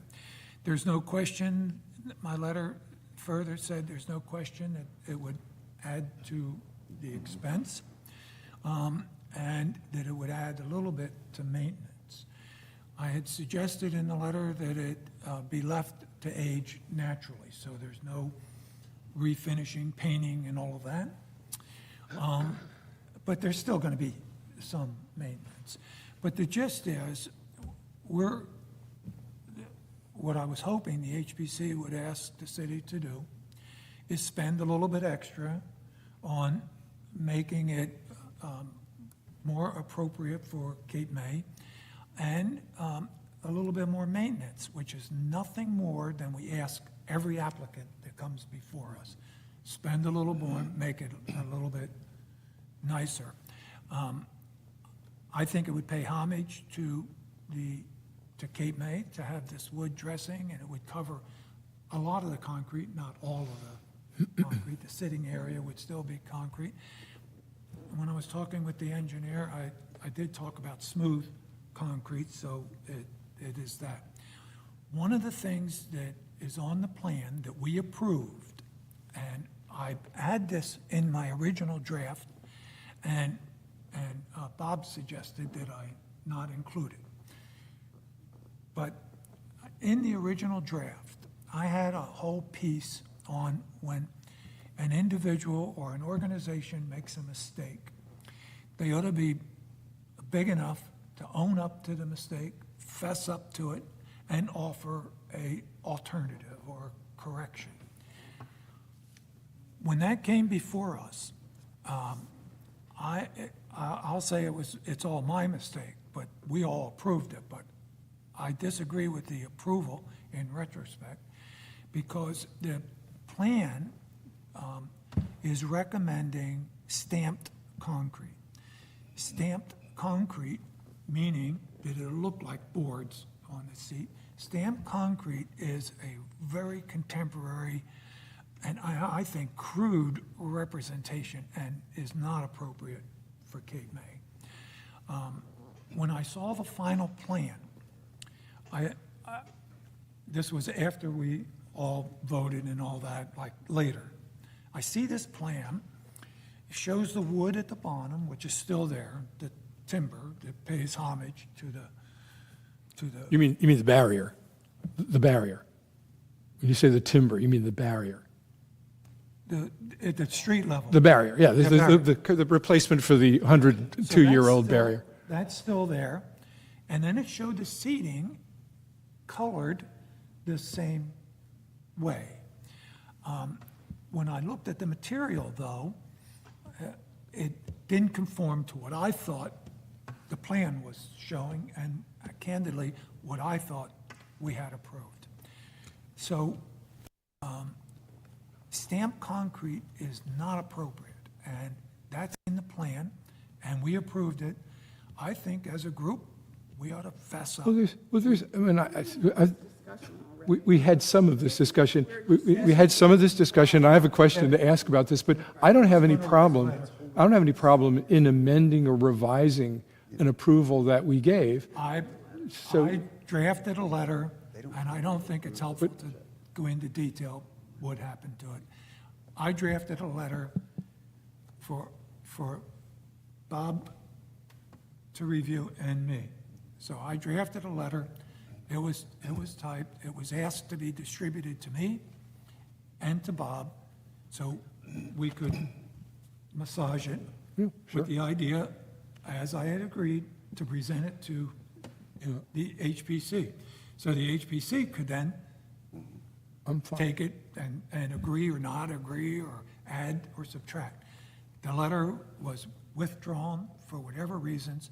That's why you didn't see it, but that's what we're talking about. So if the mayor asked you, then Tom, I'm sorry, what did he ask? Because I think I was having a side conversation and I heard you were talking. The mayor needs to know that we've basically approved the project. He needs evidence, evidence of the approval. Yeah. That's why I think we're saying And evidence there was of a the approval. memo, that was sent. Somehow, in this meeting that he was on, the state SHPO was arguing that the HPC has not given their final approval on this, when all we're really trying to do is dress some of the decorative elements our duty, as which I understand. everybody agrees, well, that's no problem. Our duty, as I We've got a lot understand of it, seawall to go before we get into the decorative items like the benches. our duty is to render an advisory report on this project. And so we give one, and that's what he needs. He needs the advisory report. we didn't. Do an advisory report, we didn't. We did do that. It's approved. We approved. It's approved. And my point is, we made a mistake. And the idea that I just proposed to you and talked about last month was we ought to fess up and fix it. But to me, it's a modification or an amendment of our advisory report, and that's fine. I have only one question to ask, if I may. When we had this discussion last time, and I believe Lorraine also was going to check into this, my only concern was not the expense, not the fact that ePay was better than stamped concrete. Of course it is. I just wanted some assurance that what we're fastening to that seawall is not likely to come loose and become missiles in a flood. Yeah. So we were going to check into that notion. Let me kind of step back a little bit, because after I left that last meeting, I did check. There was the approval that was sent over to the city clerk. So basically, this board gave the approval. Then there were a few emails, exactly like you're saying, Warren, that you were trying to say, okay, we made a mistake, we need to go back. But as the way I see things is this board approved it. And if you're going to open up something, you need to have the applicant come back in here and be here, because there was an approval that was given, and I think that, you stand behind that, unless, we can't do that to an applicant. It's like giving an But approval Lorraine, tonight. this is a city project. I know it's a city, And I know. so the requirement And it's- is for an advisory report. And they got a report. And the it was report given. included stamped concrete. But I don't see that that makes a reason why we can't say, look, we rendered an advisory report, on second thought, when we consider it, because I really did know that there was stamped concrete. I am convinced that Ipe or mahogany is a better way to face that. I don't see why, it's not built, and I understand there's cost and there's maintenance. I don't see why we can't submit. But we're in the process of a lot of other approvals at Right. this time. I would call So- it a supplemental advisory report. And, you're the people who got to listen to it, but I I'd don't like see to the have harm the in applicant rendering come that. back. Trying to get SHPO to stop telling everybody that we haven't finished our approval on it. And everybody's in agreement that fine tuning after this thing gets going and the money's coming in to start it up is fine. So but that's one reason he if- wanted this brought up tonight. No, it was not. If it takes our approval to release what you've written, Just so there's no confusion, because people will be listening to this, and I want to make sure that it's clear. This commission approved the seawall. no doubt There's about no it. question The- about it. The report was favorable. And it's documented, so the state wouldn't question that. The question is, and what started this, and it started it a while ago, and it's too bad because we could have had time to remedy it. The problem is, in my estimation, there is a risk that they send that forward with our approval, and SHPO will reject it because stamped concrete is not appropriate. When this whole thing started 2 years ago, or more, or less, the state was here. The state met with a whole bunch of people, including the county, and made it clear then that stamped concrete was not appropriate. The county wanted to do stamped concrete on the base, and that was quite clear. So the only thing that we're doing, Lorraine, so there's no confusion, we're not denying that we approved it. What we're saying is, and we're not even saying it, I'm saying it, and I drafted a letter for this organization to respond to. If this group thinks we made a mistake, it is a responsibility to fess up, write a note, send it to city council. I don't see anything wrong with that. It's still advisory. City council can read halfway through the letter and throw it away. The fact is, it was prevented from being completed, but there's no advantage to talking about that tonight. So I owed you a draft letter, And you still do. and I still do. You still do. And I don't think I made a mistake. I know what I approved. However, I have no problem in approving something that's better. Yeah. That's really my position. And apparently nobody else does either, from what Zach's hearing into these meetings. But, Well, I mean, he's just trying to say, everybody's got a bit. We want this project, but we want to do some fine tuning on it. So the letter should come forth and, repeat that it was approved, and by the way, here's the suggestion to make it better. Yes. Okay, I'm sorry. I didn't mean to bring up another half hour. Why not? Lorraine, are you comfortable with our conversation here at HVC? I'm not voting member here, so that's entirely up to. Well, we're gonna send you something and you're gonna read it. You've heard what we said. We're gonna send you something and you're gonna read it. That's up to the commission if you want to send something. Well, yeah, we're an independent commission, and so,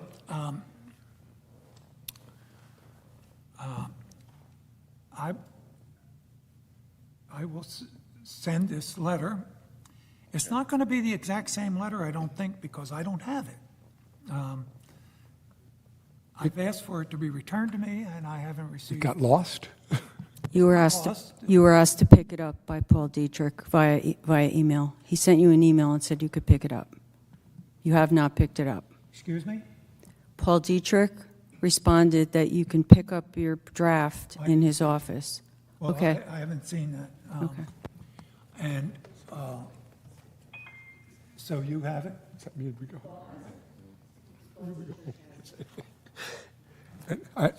Warren, I'm happy to review anything you send me. Yeah. So, and then it is simply advisory. It's just a. Okay. I can't do that. Okay. So, there you go. That's why you didn't get the letter.